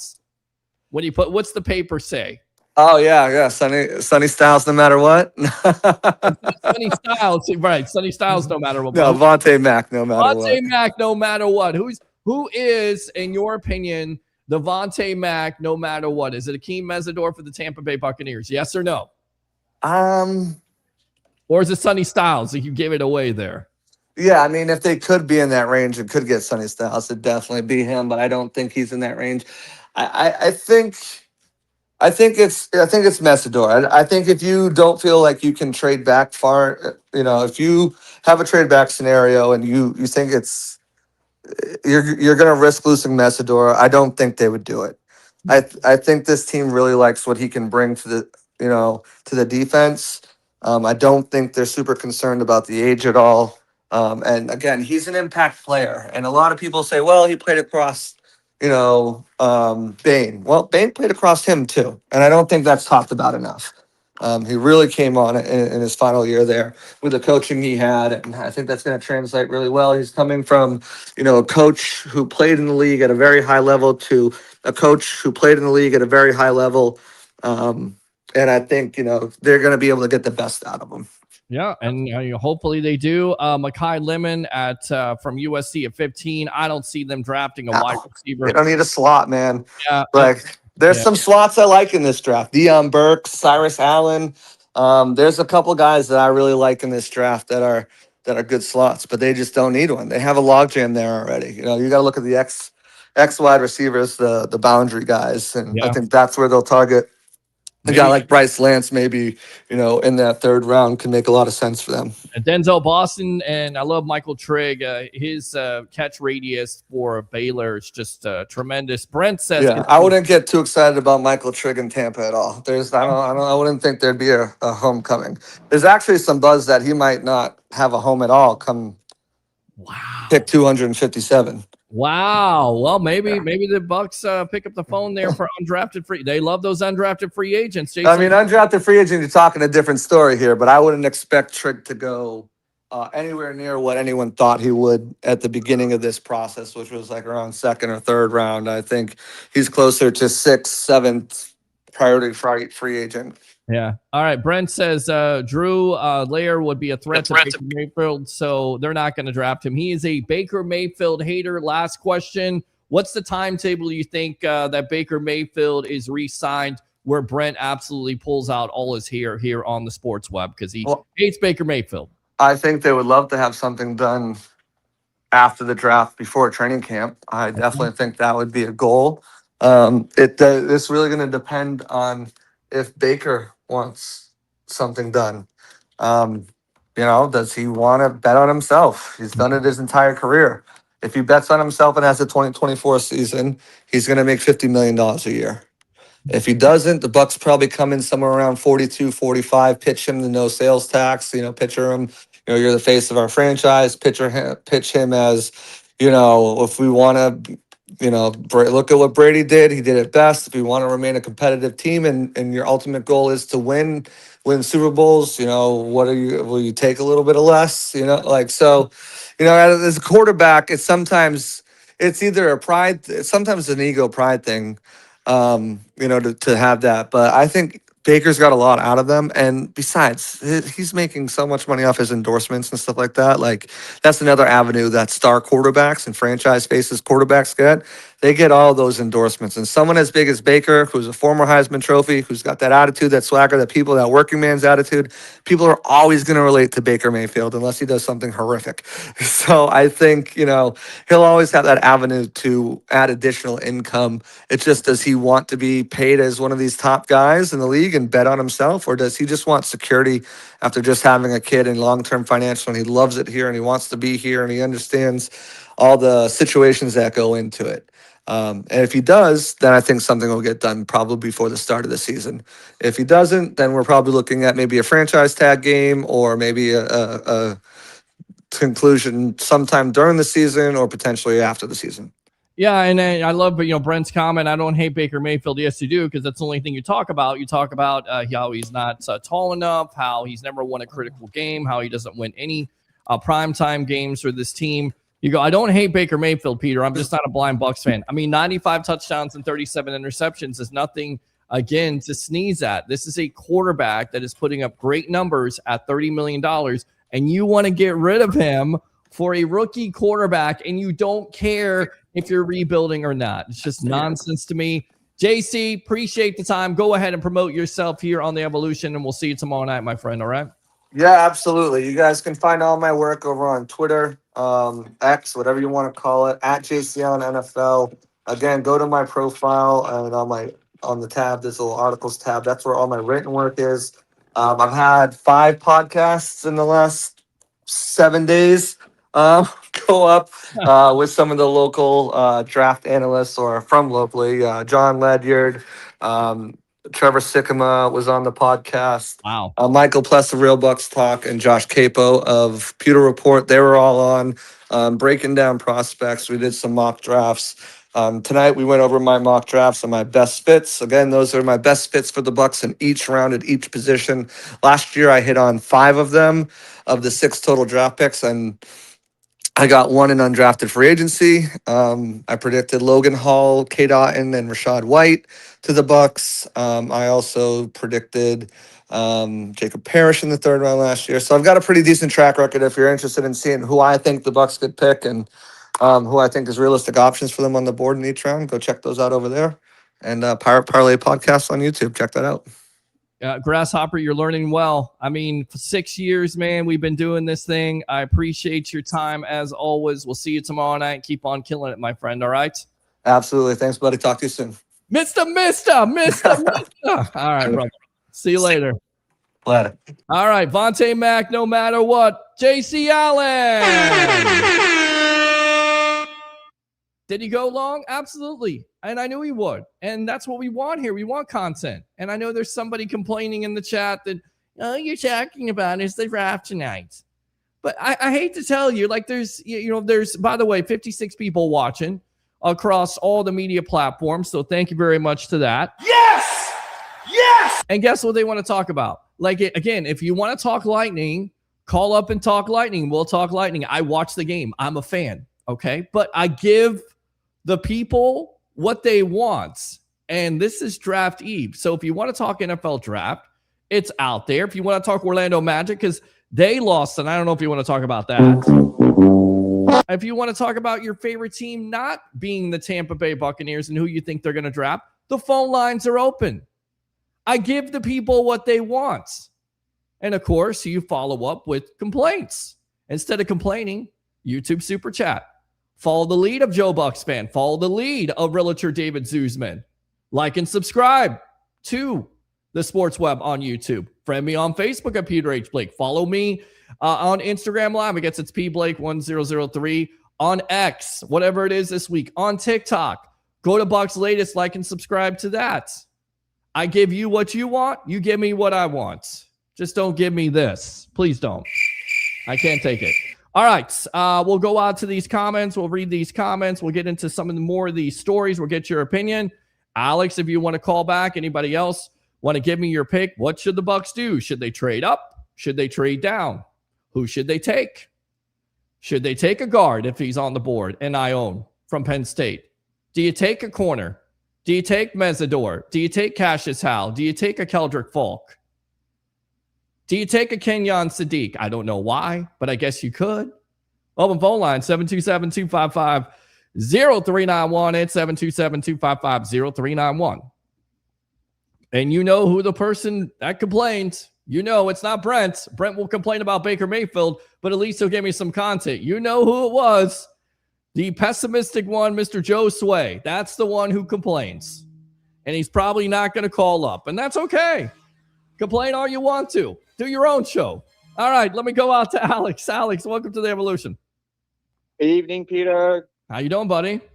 Great show as always. Thank you. Rays won today, by the way. We didn't say that. 6-1 over the Cincinnati Reds. They lost 2 out of 3 there, which wasn't good. Kind of embarrassing fashion, but today they take care of business.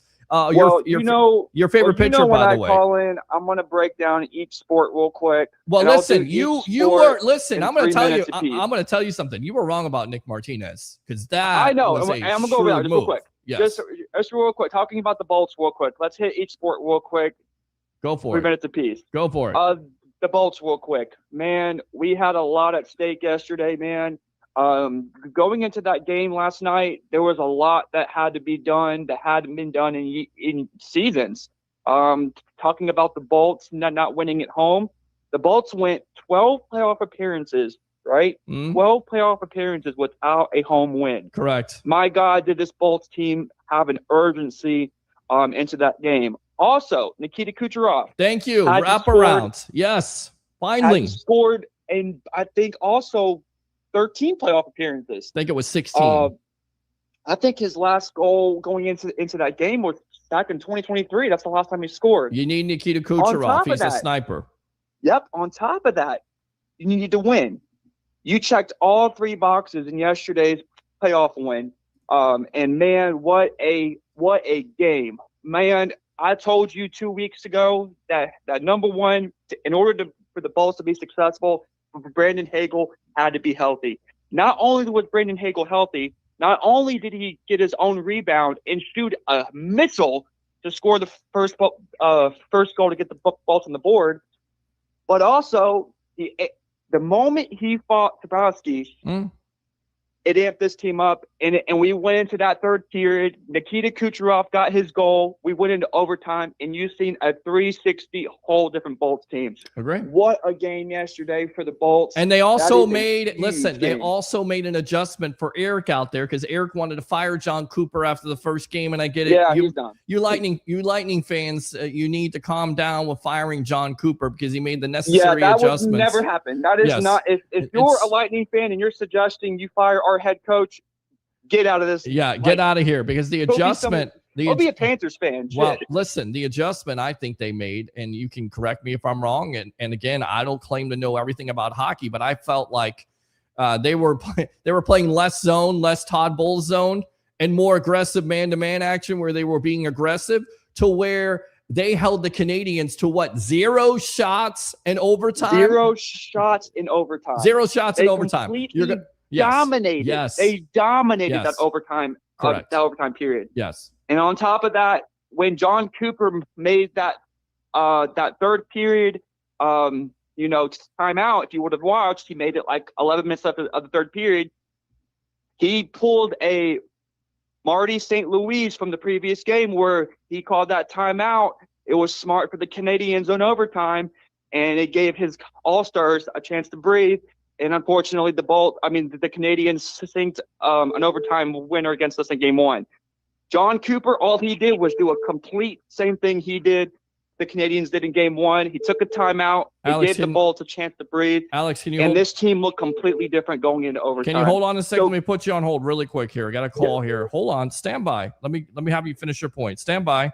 Hold on. Okay. Go ahead. I guess we lost him. Go ahead. A big win for the Bolts. We're going into Montreal on Friday night with a good opportunity to hopefully take the lead. And by the way, we do force a game 5 at Benchmark International Arena on Friday, so get ready, or Wednesday next week. So get ready for that. Talking about the Rays real quick. Nick Martinez, your boy. Your boy. Dude, he pitched an incredible 8 innings. I told you he would. Innings I told you he would. 1-run baseball, 4-hit day. Yeah. What a great start for Nick Martinez. Absolutely dominant on the mound today. The Rays for once in this series got those bats going, a different type of lineup, put Simpson down like you've been kind of iffy about. Well, I like Simpson. I like Simpson leading off. I like him leading off. I like Junior Caminero doing damage at the 2. Just my thought process. I think he makes so much happen at the top of the lineup with his contact and his speed. I think he's a true traditional leadoff hitter, in my opinion. I think that's where it needs to go. But I just real quick about the Rays, and I'll get to the Bucs real quick. Yes. I like the adjustment. So the adjustment today was Kevin Cash put Simpson at the 7 hole because Simpson had been struggling at the number 1 spot. True. It was like 3 for 30 at the plate and moving him to the number 1 spot. So it made the adjustment. And the Rays shined today. So a very good win going into the new series against the Minnesota Twins, who are about a 500 team. So hopefully the Rays can take 2 of 3 this weekend. All right, man. Good stuff. All right, talk about the Bucs here. Real quick. Last thing about the Bucs. The Bucs need to stay. Listen, there's a lot of stuff going on about the draft. I'll give you my thoughts real quick. I'll repeat what I said on Monday. There's a lot of iffy rumors. Do the Bucs trade down to get more picks? Or do the Bucs take what I want? I want the Bucs to go linebacker. I stick with my pick. I want them to go get Jacob Rodriguez off the board. I think 15? That'll be a great pick for the Bucs. But if you're going to trade down, I stand with the Greek. All defense. I want all defense in that draft. I swear to God, so if no Jason guard, Licht no tight tight end. At the 15 overall, You're not buying I'm going that. to flip my shit. You're going to flip. But Okay. Peter, stay. Peter, great work, bro. Keep doing you. You're doing incredible things. Can't wait to see your draft live, which I know you're going to host. Is it tomorrow? It's tomorrow, buddy. We'll be on about 7:30, 7:45. The draft starts at 8, and we'll be giving you the reaction. I'll be trying to get some people that I just text Kelsey Nicole Nelson, who covers the Washington Commanders. We're going to try to get her on, talk about Commanders, try to get the 2 giant goop balls, Mr. Andrew, on, talk to his Giants because they got 5 and 10. We'll be moving around. Harry the Greek, he knows about the Chicago Bears. Hopefully he jumps on, helps me. The best, Mr. Yes. The Great. But by the way, I hope he's well tonight. I didn't see him on the show tonight. Yeah. Hey, real quick before I get out of here, everyone share this page and what we're doing. Thank you. He's involving all the fans. I cannot wait for tomorrow. It's going to be a great weekend of what you're doing. Good stuff, Peter. Thank you. And for all the new web heads, share this page. Get this sports web out there, and dude, I think what you're doing is amazing, bud. Thanks, bro. I appreciate you. And Hey, God bless y'all. God bless everyone. And as I always say, God bless the community. All right, good stuff. Use the second call if you want to, Mr. Alex, right there. We had somebody call in. It was a weird number, so I'm going to try it back. Hopefully, it's not a telemarketer. I think it's not a telemarketer. It's 10:50 at night, so this could be a new webhead here. Let's go out to him. What's your name? Where you're calling from? You're on the Evolution. Hey, it's Tony. Who is this calling? This is Peter Blake on the Sports Web. You called the Sports Web? Oh, yeah. Okay. I remember, guy. Yeah, how you doing? I'm doing good, buddy. What's your name? Where you calling from? God damn, this guy doesn't. I'm calling from Saskatchewan. Saskatchewan. Okay. All right. Okay. Okay. All right. I think this guy is pranking me. So there you go. That's what you get. You get a jag off like that. I said jag off. So I won't curse. I don't want TikTok to take me down. Please, TikTok, don't take me down. So I won't curse. I got real. I lowered my voice there. Like, you know, my roommates are in the house sleeping. I'll raise it up again. Open phone line 727-255-0391 and 727-255-0391. That's what you get with live television. Somebody trying to prank you in, come in, talk about, you thought it was somebody that actually want to bring something to the show, and they brought absolutely nothing. So there you go. All right, we'll go on to the comments, and then we will read some things here of what others are saying around the league about this Tampa Bay Buccaneer team and what they could do tomorrow night. And then we're out of here. And then we'll back tomorrow night. And we're back on Friday night. And then I have to decide if I'm going to come back on Saturday. But we'll have Louis from the Frozen Pirate podcast. We'll have plenty of guests. I don't know who we're going to have. It's going to be a fluid situation. I'll be sending my link out to people, and hopefully they'll come on and give me some analysis and talk about some of these prospects. That's what I'm hoping is going to happen. I don't know if it's going to happen, but that's what we do here on the Sports Web. You definitely tune in on all the social media platforms tomorrow night: Facebook, YouTube, Twitter, Instagram Live. I guess it's X. It's not Twitter. It's X. I continue to say it's Twitter. It's X. And then TikTok Live. And then who knows? Okay, so let's go back out to the comments here. Chris Cole says, there's only 10 to 12 players with first-round grades, and half of them don't pan out. So either trade down twice and take an edge, or pick the Penn State guard at 15. So Chris is all about picking the guard there. Oh, yeah. Or trading down. That's been the talk. Because once you get past those 10 to 12 players, then they become very similar. So that's the reason why you may trade down and why the Bucs may not even pick tomorrow night. That would be a nightmare scenario, wouldn't it? If the Bucs don't even pick. Somebody suggested, and I'll read that comment, that the reason why they're not having a draft party at Raymond James Stadium, they're going to be in downtown St. Pete tomorrow night, so that'll be cool. Oh, yeah. It makes no sense of trading out for 15 unless we're going up. We have to get our guy early. Dave says, light up, trade into the top 5 draft styles. Let's go out to this guy right here. Damn it, Jim, what the hell is the matter with you? Let's go out to Jim there from OHIO. Welcome to the Evolution here on a happy edition. What's on your mind tonight, boss? What do you want to see the Bucs do at 15 tomorrow night? Welcome to the Sports Web. Oh, man, I ain't big on the draft. I'm going to let y'all take care of that. I just want to, I'm going to keep listening in, though. I'm going to take a road trip. But taking a road trip, you're listening. So be safe. I appreciate that. So you're not really a draft guy. So you don't care what position do you want to see this team address tomorrow night? Would you be upset if they drafted a guard or a tight end on offense instead of addressing the defense? Yes or no?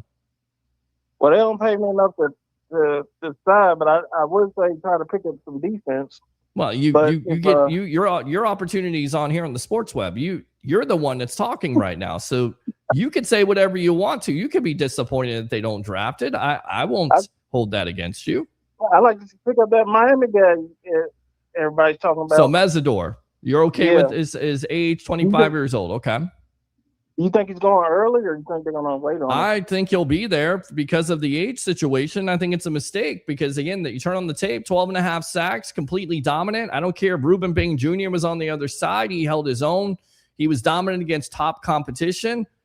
He has the moves, most pro-ready pass rusher. I mean, it would be a perfect selection for the Tampa Bay Buccaneers in a perfect world. Now, does that mean he's there? There may be somebody out there that feels that he's worth higher than 15. There may be people out there who don't think he's worth that because there are some injury red flags with his feet. But we'll see. But I definitely think there's a possibility he could be there. All the mocks are pointing to it. So buckle up, Bucs fans. All weekend, Peter Blake? All weekend, my friend. All weekend, yes. Oh, okay, so we go. No Sunday. The first round. It's going to just be the first round tomorrow. It'll be first round tomorrow, and then we got the second and third on Friday, and then we'll figure out what we're going to do on Saturday. I think I'll go live on Saturday. We'll see. We'll see if you guys are good to me or not. I hope you got plenty of gas, especially tomorrow, maybe, and then. Plenty of gas, my friend. Plenty. I don't use gas. Use electric, but I will be fully charged up tomorrow, like my Tesla, ready to go, ready to talk Bucs draft, ready to talk NFL draft, to give you everything that I got when it comes to these NFL draft prospects, and you can give me everything you got. Okay. All right, I'll definitely be tuning in tomorrow. I'll give you a buzz if I get a chance. All right, man. Sounds good. Appreciate you as always. All right. Good night. All right. Good stuff there, Mr. Jim from Ohio. Damn it, Jim, what the hell is the matter with you? All right, open phone line, 727-255-0391. It's 727-255-0391. So trade up for, all right, let's go out. We'll get back to the comments in just a moment. I knew this was going to happen. Let's go out to Abraham. Abraham, welcome to the Evolution.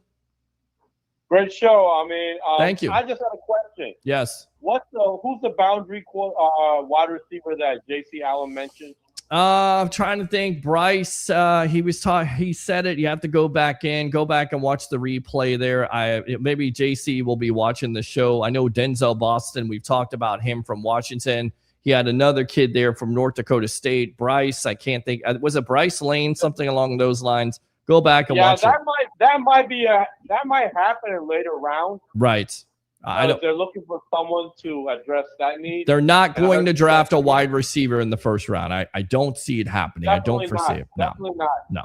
But yes, it's going to be Messidor. If they don't get J-Rod in the second round, I think Kyle Lewis from Pitt is a good possibility. Right. He's got the same kind of skill set that Levante has, and he's also fast and good in coverage. Right. So I see that as a possibility. They're going to get another D tackle. I think there's one guy from Florida State, forgot his name. Daryl Jackson. Yep, he's a possibility. Yep. It's going to be a defense-heavy draft, and if they're going to look for like additional depth for O-line, it's going to be probably as undrafted free agents. There's a lot of good ones out there. Mm-hmm. Wide receiver. Boundary wide receiver probably in the later rounds to fill that void that Mike Evans left. I agree. I definitely think they could do that, and you could definitely look at it. I still think they're going to run with the Mecca. I still think they're going to run with Chris Godwin and Jalen McMillan and Tez Johnson, and it may be a different offense. They're a solid receiver. Yeah. They're a solid receiver. That's one of the reasons Mike left. There's too many mouths to feed, and he's not going to get his touches. Well, Mike, that's the reason why I went to San Francisco in the first place, because he'll get those touches. They're going to force feed him there, which may be a mistake because, again, he's not able to stay healthy. And, eventually you're going to double team him and you're going to have to figure out who's the next receiver on that team. And it's a good problem to have. But, that's the reason why Evans went to San Francisco in the first place, to get those numbers, to get into the top 10. I mean, make no mistake about it. Evans wanted to leave the Bucs because not only he feels like the 49ers are in a better situation to win a Super Bowl, which again, he may be wrong about this and the Bucs have an opportunity to prove him wrong. But he went there because of that. And also because he'll get the touches that more than likely the Bucs are not able to give him because they have so much talent, a plethora of young wide receivers in that room at this point who are going to get every opportunity. And I think it'll be very interesting to see how this offense shapes up. But I'm excited about the future of this offense with all those young weapons. I get it. It's going to be tough to replace the Mike Evans, but maybe that offense is actually better because of Zach Robinson being able to, have success in this league. He's been able to have success in this league. Hopefully he can stay healthy up front. And I think, Baker Mayfield is in for, possibly. He's got everything to lose at this point. If he has a great year, he's definitely going to get an extension, may get an extension in this offseason. But this offense actually may be better than what it was last year, and I don't think that's a stretch. Even without a Mike Evans, this offense may be better for it. So what else, Abraham? Well, I'm excited about you and Louie getting back together and hosting the show, and I'll call in. Yes, please call in and chime in. And again, we'll try to get some draft analysts on. If you want to, call in and chime in and jump on, I guess we'll have some, fan analysts on. I'm okay with that. I'm okay with getting some fans on to talk about their favorite teams. Just, don't be long-winded and know what you're talking about. It's not as easy as you think, but Abraham, you do a hell of a job helping me out when I'm out there at the Expos. So I appreciate you as always. Not a problem. Anytime, man. Anytime. All right, my friend, use the second call if you want to. I think we're going to wrap this up in just a little bit, but if I'm still on, use the second call. Open phone line, 727-255-0391. It's 727-255-0391. A little bit of a late start tonight, but I appreciate you guys hanging out with me. Go Todd Bowles, absolutely. It's exciting! It is exciting. Jim is excited. Todd Bowles is excited. But we know this isn't going to happen, says Dave. Salute to Peter for getting that bonus. Real recognizes real. Absolutely love the money. And it's about working every call, taking as many calls as possible, staying on the phone, staying locked in. When I get done at 5:30, I take out Alexander. He walks me around the block. I don't walk him. He's 83 pounds. He walks me. And then when we're done with that, we do research. We get on here. We do 2 hours. We get off of here. We do a recorded edition of Bucs Latest. We put it up there. It's up there at 11 a.m. and we start all over again. It's a lot of talking, a lot of work, less sleep. Got to get some sleep. But there is no time for sleep right now. Sleep tonight. Get ready for the draft here in the next couple days on the Evolution. Appreciate you, King Cook, being one of the newest webheads there on YouTube. As always, Dave says, I really think the Bucs are going to draft the tight end from Oregon, Kenyon Sadiq. We shall see. You draft a punter, and this is what you get for that comment right here. Shut up! You want to troll me, huh? This guy sucks. Oh, yes. I'm going off the suck right there! Ah, yes. Oh, my God. Who the hell cares? How about we give you a TJ? Go away. Go away. I will hold the door. There you go. There you go, Roger. Great day as always, man. Chris Cole, I don't see Light trading up because we got a lot more holes and need more picks. I mean, if Sonny Styles is there, are you okay with trading up for him? Because there may be a possibility of him falling down. We'll see what the positional need is. The only pick that even makes sense is a disruptive pass rusher, period. I mean, this is a layup. Bulls and Light can't outthink this pick. Let's go out to Rillburg native. Appreciate you tuning in as always. Caden McDonald, DT out of Ohio State. That's been talked about. King Cook, I love that top 5 list, Peter. Again, I'll go through it. This from Sports Illustrated. Top 5 picks of all time. Mike Evans. Leroy Selman at 4. Little controversy there. Tristan Wirfs at 3. Love Tristan. Maybe a little bit too high, but then again, he won a Super Bowl. He has played both positions of right tackle and left tackle. Tremendous. Warren Sapp and Derek Brooks. Who's your top 5 list of first-round picks all time? Of course, you can't say Rondé Barber because what was he, a third-round pick out of Virginia? I'm trading him for Bain Jr., Mesidor, or Howe. If Styles is there, go get him. Agree. David, I just hope we pick somebody that's worth the second contract, preferably on defense. Realtor David Zuzman, I have a game-changing draft strategy. We heard that. Thank you very much for giving us that. Oh, yeah. Nair says, Mansour Delane, cornerback LSU would be nice. It would be nice. Thanks a lot for the comment. Another new webhead there. Yes! Love it. Gary, here's another new webhead. CJ Allen, Jason Licht kind of pick, said yesterday, laugh out loud. There you go. A linebacker from Georgia. JC said something about him. Could be a trade down option. Don't know if they take him at 15. We'll see. They could address that at 15. That could be the player. Tristan Wirfs, Antoine Winfield Jr. was not a first-round pick. He was a second-round pick. Doesn't count. Luke Gedeke, second-round pick. Tyke Smith, a third-round pick. Bucky Irving, a fourth-round pick. And Ibuka. But by the way, Jason Licht is hit on all those. Tremendous. If we trade back at a 15 to potentially get 2 first-round picks, I'm all for that. But if we are not, we should only trade up or stay put. Steve, Thanks a lot for tuning in. Thank you, one of the new web heads here. That's cool. Bucs signed Joey Bosa after the draft. I like Falk. Trade down, trade up for Jacob Rodriguez, linebacker, Texas Tech. Husband of a helicopter pilot. Okay, very cool. Hagel the Bagel. There we go. Donald says, good evening, everyone. Good evening to you. Oh, yeah. Let's go out to Brian. Good evening. Good evening to you. Oh, yeah. Let's go out to King Cook. You are missing the fact that we need to go get a premier player early. All that trading back comes after getting a premier player in the first. Let's not forget about this major fact, people. Agree. Barham, thank you very much for the comment. King Cook, Jacob Rodriguez is not a first-round talent, folks. Let's relax on this guy. We need premier pass rusher, and we know that is a fact. Agree with that. If 3 are there, we take Bing Jr. Laugh out loud, no-brainer. There you go. Realtor David Zuzman, we pick at 15. We would be subpar when it comes to middle linebacker no matter what we do because there's a huge drop-off from Rodriguez to Golday or Anthony Hill Jr. You also have Kyle Lewis from Pittsburgh. Again, Todd Bowles said it, 10 to 12 inside linebackers. So it kind of makes you think, yeah, maybe it's not Jacob Rodriguez. Maybe it's somebody else that they address early. We'll see. Once again, Joe Bucs fan, thanks a lot for tuning in as always. Oh, yeah. And super chat, love that. People just remember, Jason Licht has one of the worst percentages for first-round picks. 3 of 4 have panned out in his 12 to 13 years here. Thank you, David. Appreciate the comment. Again, Realtor David Zuzman. Appreciate the super chat. Nick Herberg, King Cook, 1485. The fact that we did miss on Garrett, Parsons, Lloyd, Crosby, Hendrickson. Lights better go get the premier pass rusher. Joe Sway, Ray Kennedy, football only show, the only sport not in season right now. It is in season. It is the NFL draft. Again, I don't have to explain this to you. But look at the comments tonight talking about the NFL draft. Why Kalijah Kancey is healthy. Should we use our first-round pick and help him out, try to get Crosby, or maybe move up in the draft? I don't think Crosby is on the trading block at this point at all.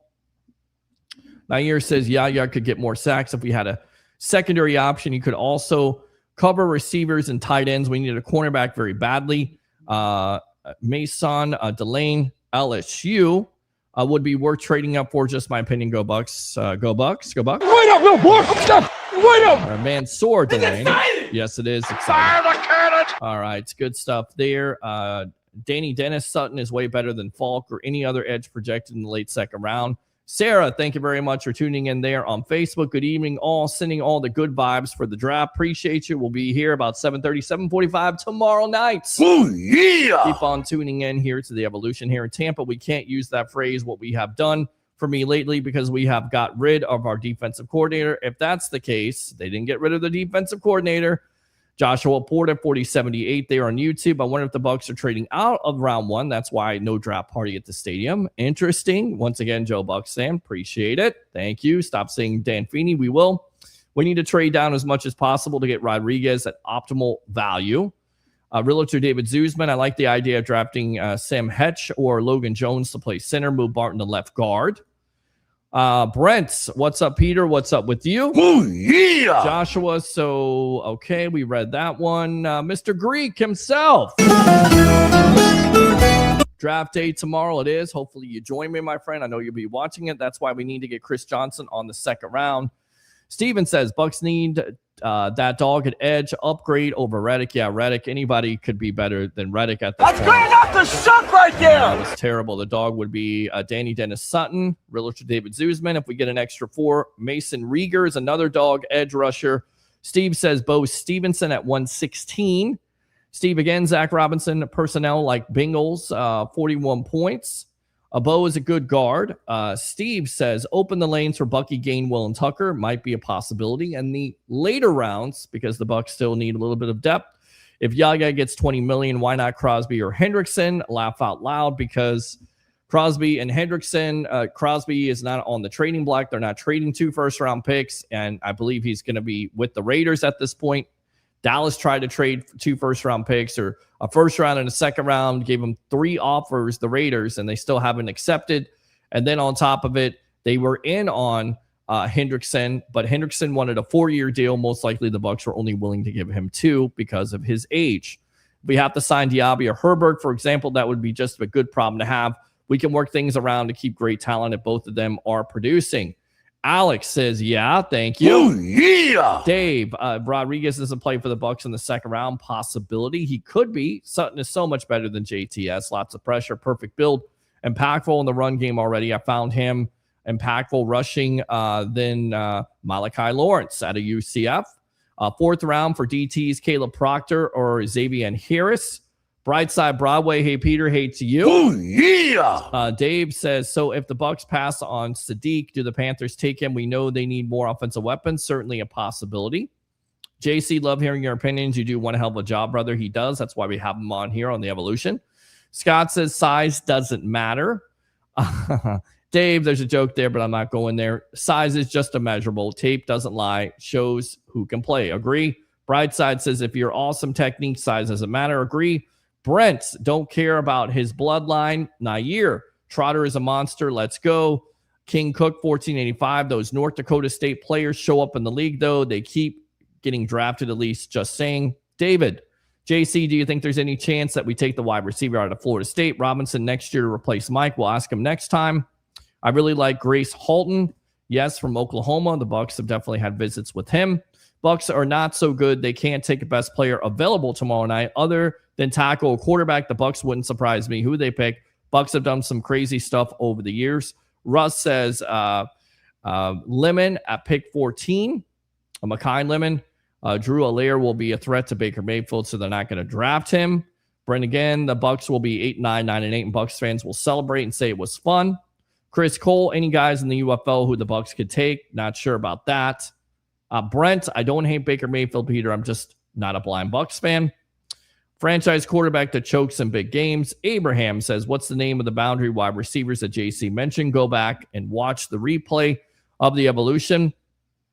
He has 36 picks in the last 3 years, and he also has 95 touchdowns. Failed to mention that? Yes, you did.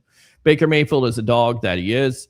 He's a poodle dog. Oh, That's good enough to suck right there. That wasn't very nice. Steve says he has more bite than bark. We are locked in, Peter. I see that. That's a good thing. Don't be a stranger, JC. We love hearing from you. Great stuff. Yeah, Dave, he absolutely kills it, but we will see in the playoffs or do and die games because those are the games he chokes. Can you say the same thing about Josh Allen? Will you say the same thing about Josh Allen? Of course you will not, because you love Josh Allen, even though we pointed out that he had 10 picks in the postseason, but you didn't mention that. And also, he hasn't won a lot of big games, has he? And he also got a coach fired. But yeah, you love Josh Allen. Defense will be better this year. It better be. Rookie center, rookie wide receiver. Mike Evans should have been there because he's a beast. Baker is no Winston. Dave, all right, I'm finally taking the hint for 3 years now. You read everybody's question but JC, but mine. I've read your question. Just didn't get to it at the time.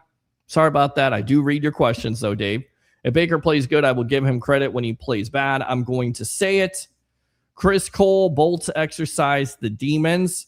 Brent, man, baseball season is long that it is. We still talk about it. Cooper deserves to win the Coach of the Year award. Just switching point to the second line. Good point. Oh, yeah. David says, thank you, Peter. I didn't want to say it, but I felt like they were playing Todd zone Bulls type of defense until overtime. Yes, I had to say it, Dave. I do.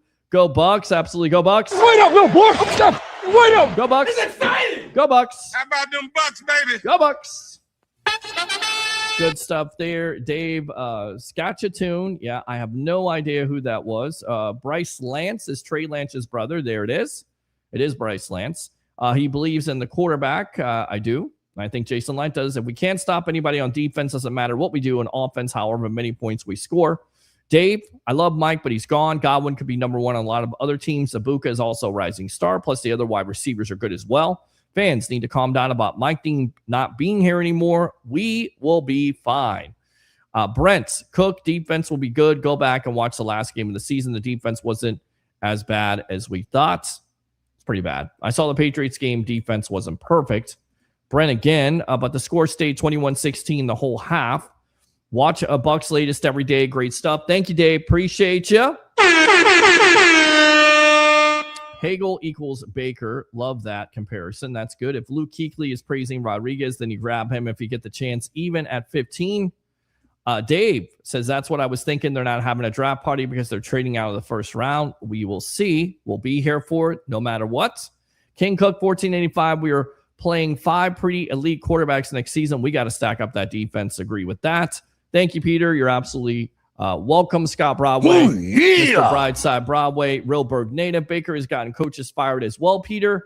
But again, the expectations of Josh Allen, the turnover situation, and it goes back to Brent because he's taller than Baker. He's more of a prototypical quarterback. Brent won't use the same energy. He won't. We're going to need somebody who can get after Kyler, Burrow, Lamar, Dak, and Caleb, period. Dave says, Peter, you read the question in front of mine and behind mine. Sorry about that, my friend. I promise I did not mean to do it. I got things running in my head. I'm trying to run the show. I'm trying to get everybody's question. The next time you'll be the first question. The next time you put it out there, I will definitely get a chance to answer it. Riley Dixon is in a contract year. That's the punter. They're not drafting a punter. Stop it.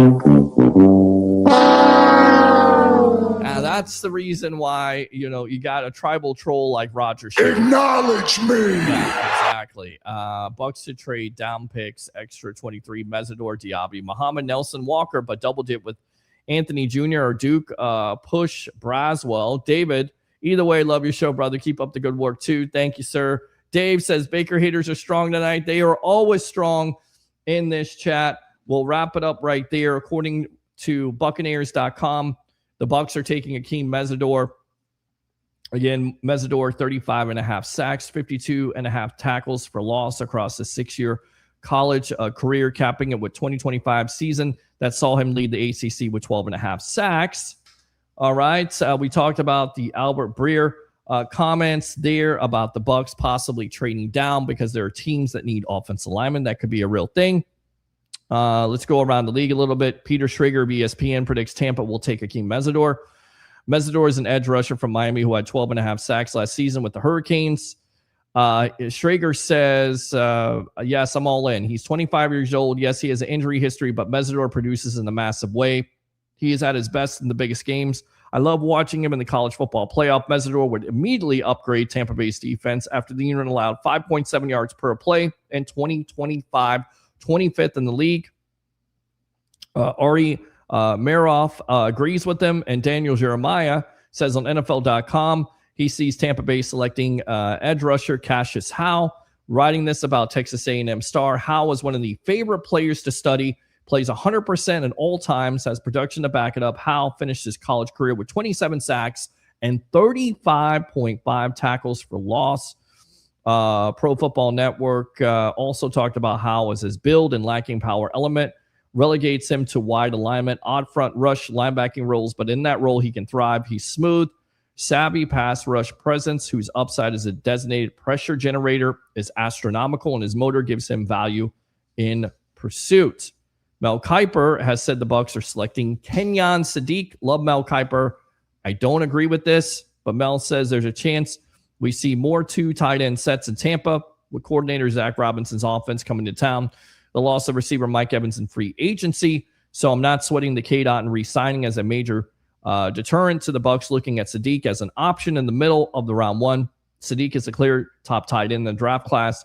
One of the biggest winners of the combine, running a 4.39 in the 40-yard dash, 241, leaping 43.5 inches in the vertical. That explosion is obvious on tape. He had 560 receiving yards last season. A lot of that came after the catch. CBS Sports' Mike Renner has the Bucs selecting interior offensive lineman Vega Ione, pick 15. The Penn State product played 613 snaps in 2025 season, allowed 0 sacks, 0 quarterback hits, and just 4 quarterback hurries. The 6'4", 320-pound lineman seems to be NFL ready as a prospect can be. There you go. We'll read the rest of these comments, and then we will get out of here for the night. Let's see. Baker Delusion running wild tonight. Chris Cole, great show. See you tomorrow night. Dave, catch you tomorrow night. Peter, go Bucs. Absolutely go Bucs. Fire the cannon! Steve says Baker and his wife welcome their second child, a boy, Maverick. Yes, congratulations. Always a good thing. And I think Emeka Ibuka predicted that About 6 months ago, they predicted that was going to happen. You draft Sadiq. I'm not watching any more of the draft. Real talk, laugh out loud. Hang in there. We got you covered. We'll be back tomorrow night. Like and subscribe to the Sports Web on YouTube. Friend me on Facebook at Peter H. Blake. Facebook stars are open. YouTube super chats are open. And do 3 things as we wrap this up here on a happy Hump Day edition of the Evolution of Sports Talk Television. It's the next couple of days. Buckle up, Bucs fans. It's going to get real interesting as the NFL draft. We got you covered here on the Evolution of Sports Talk Television. 3 things. Bring your passion. Bring your excitement. Just don't bring any nonsense. I'm your host, Peter Blake, your Rolex reporter. What time is it? It's my time. And for fans of the Sports Web and the Tampa Bay sports fan, especially you Go Bucs fans, as it is draft eve, it's your time. We'll see you next time here on the Evolution of Sports Talk Television. And as we always say on this show to end it off, Go Bucs.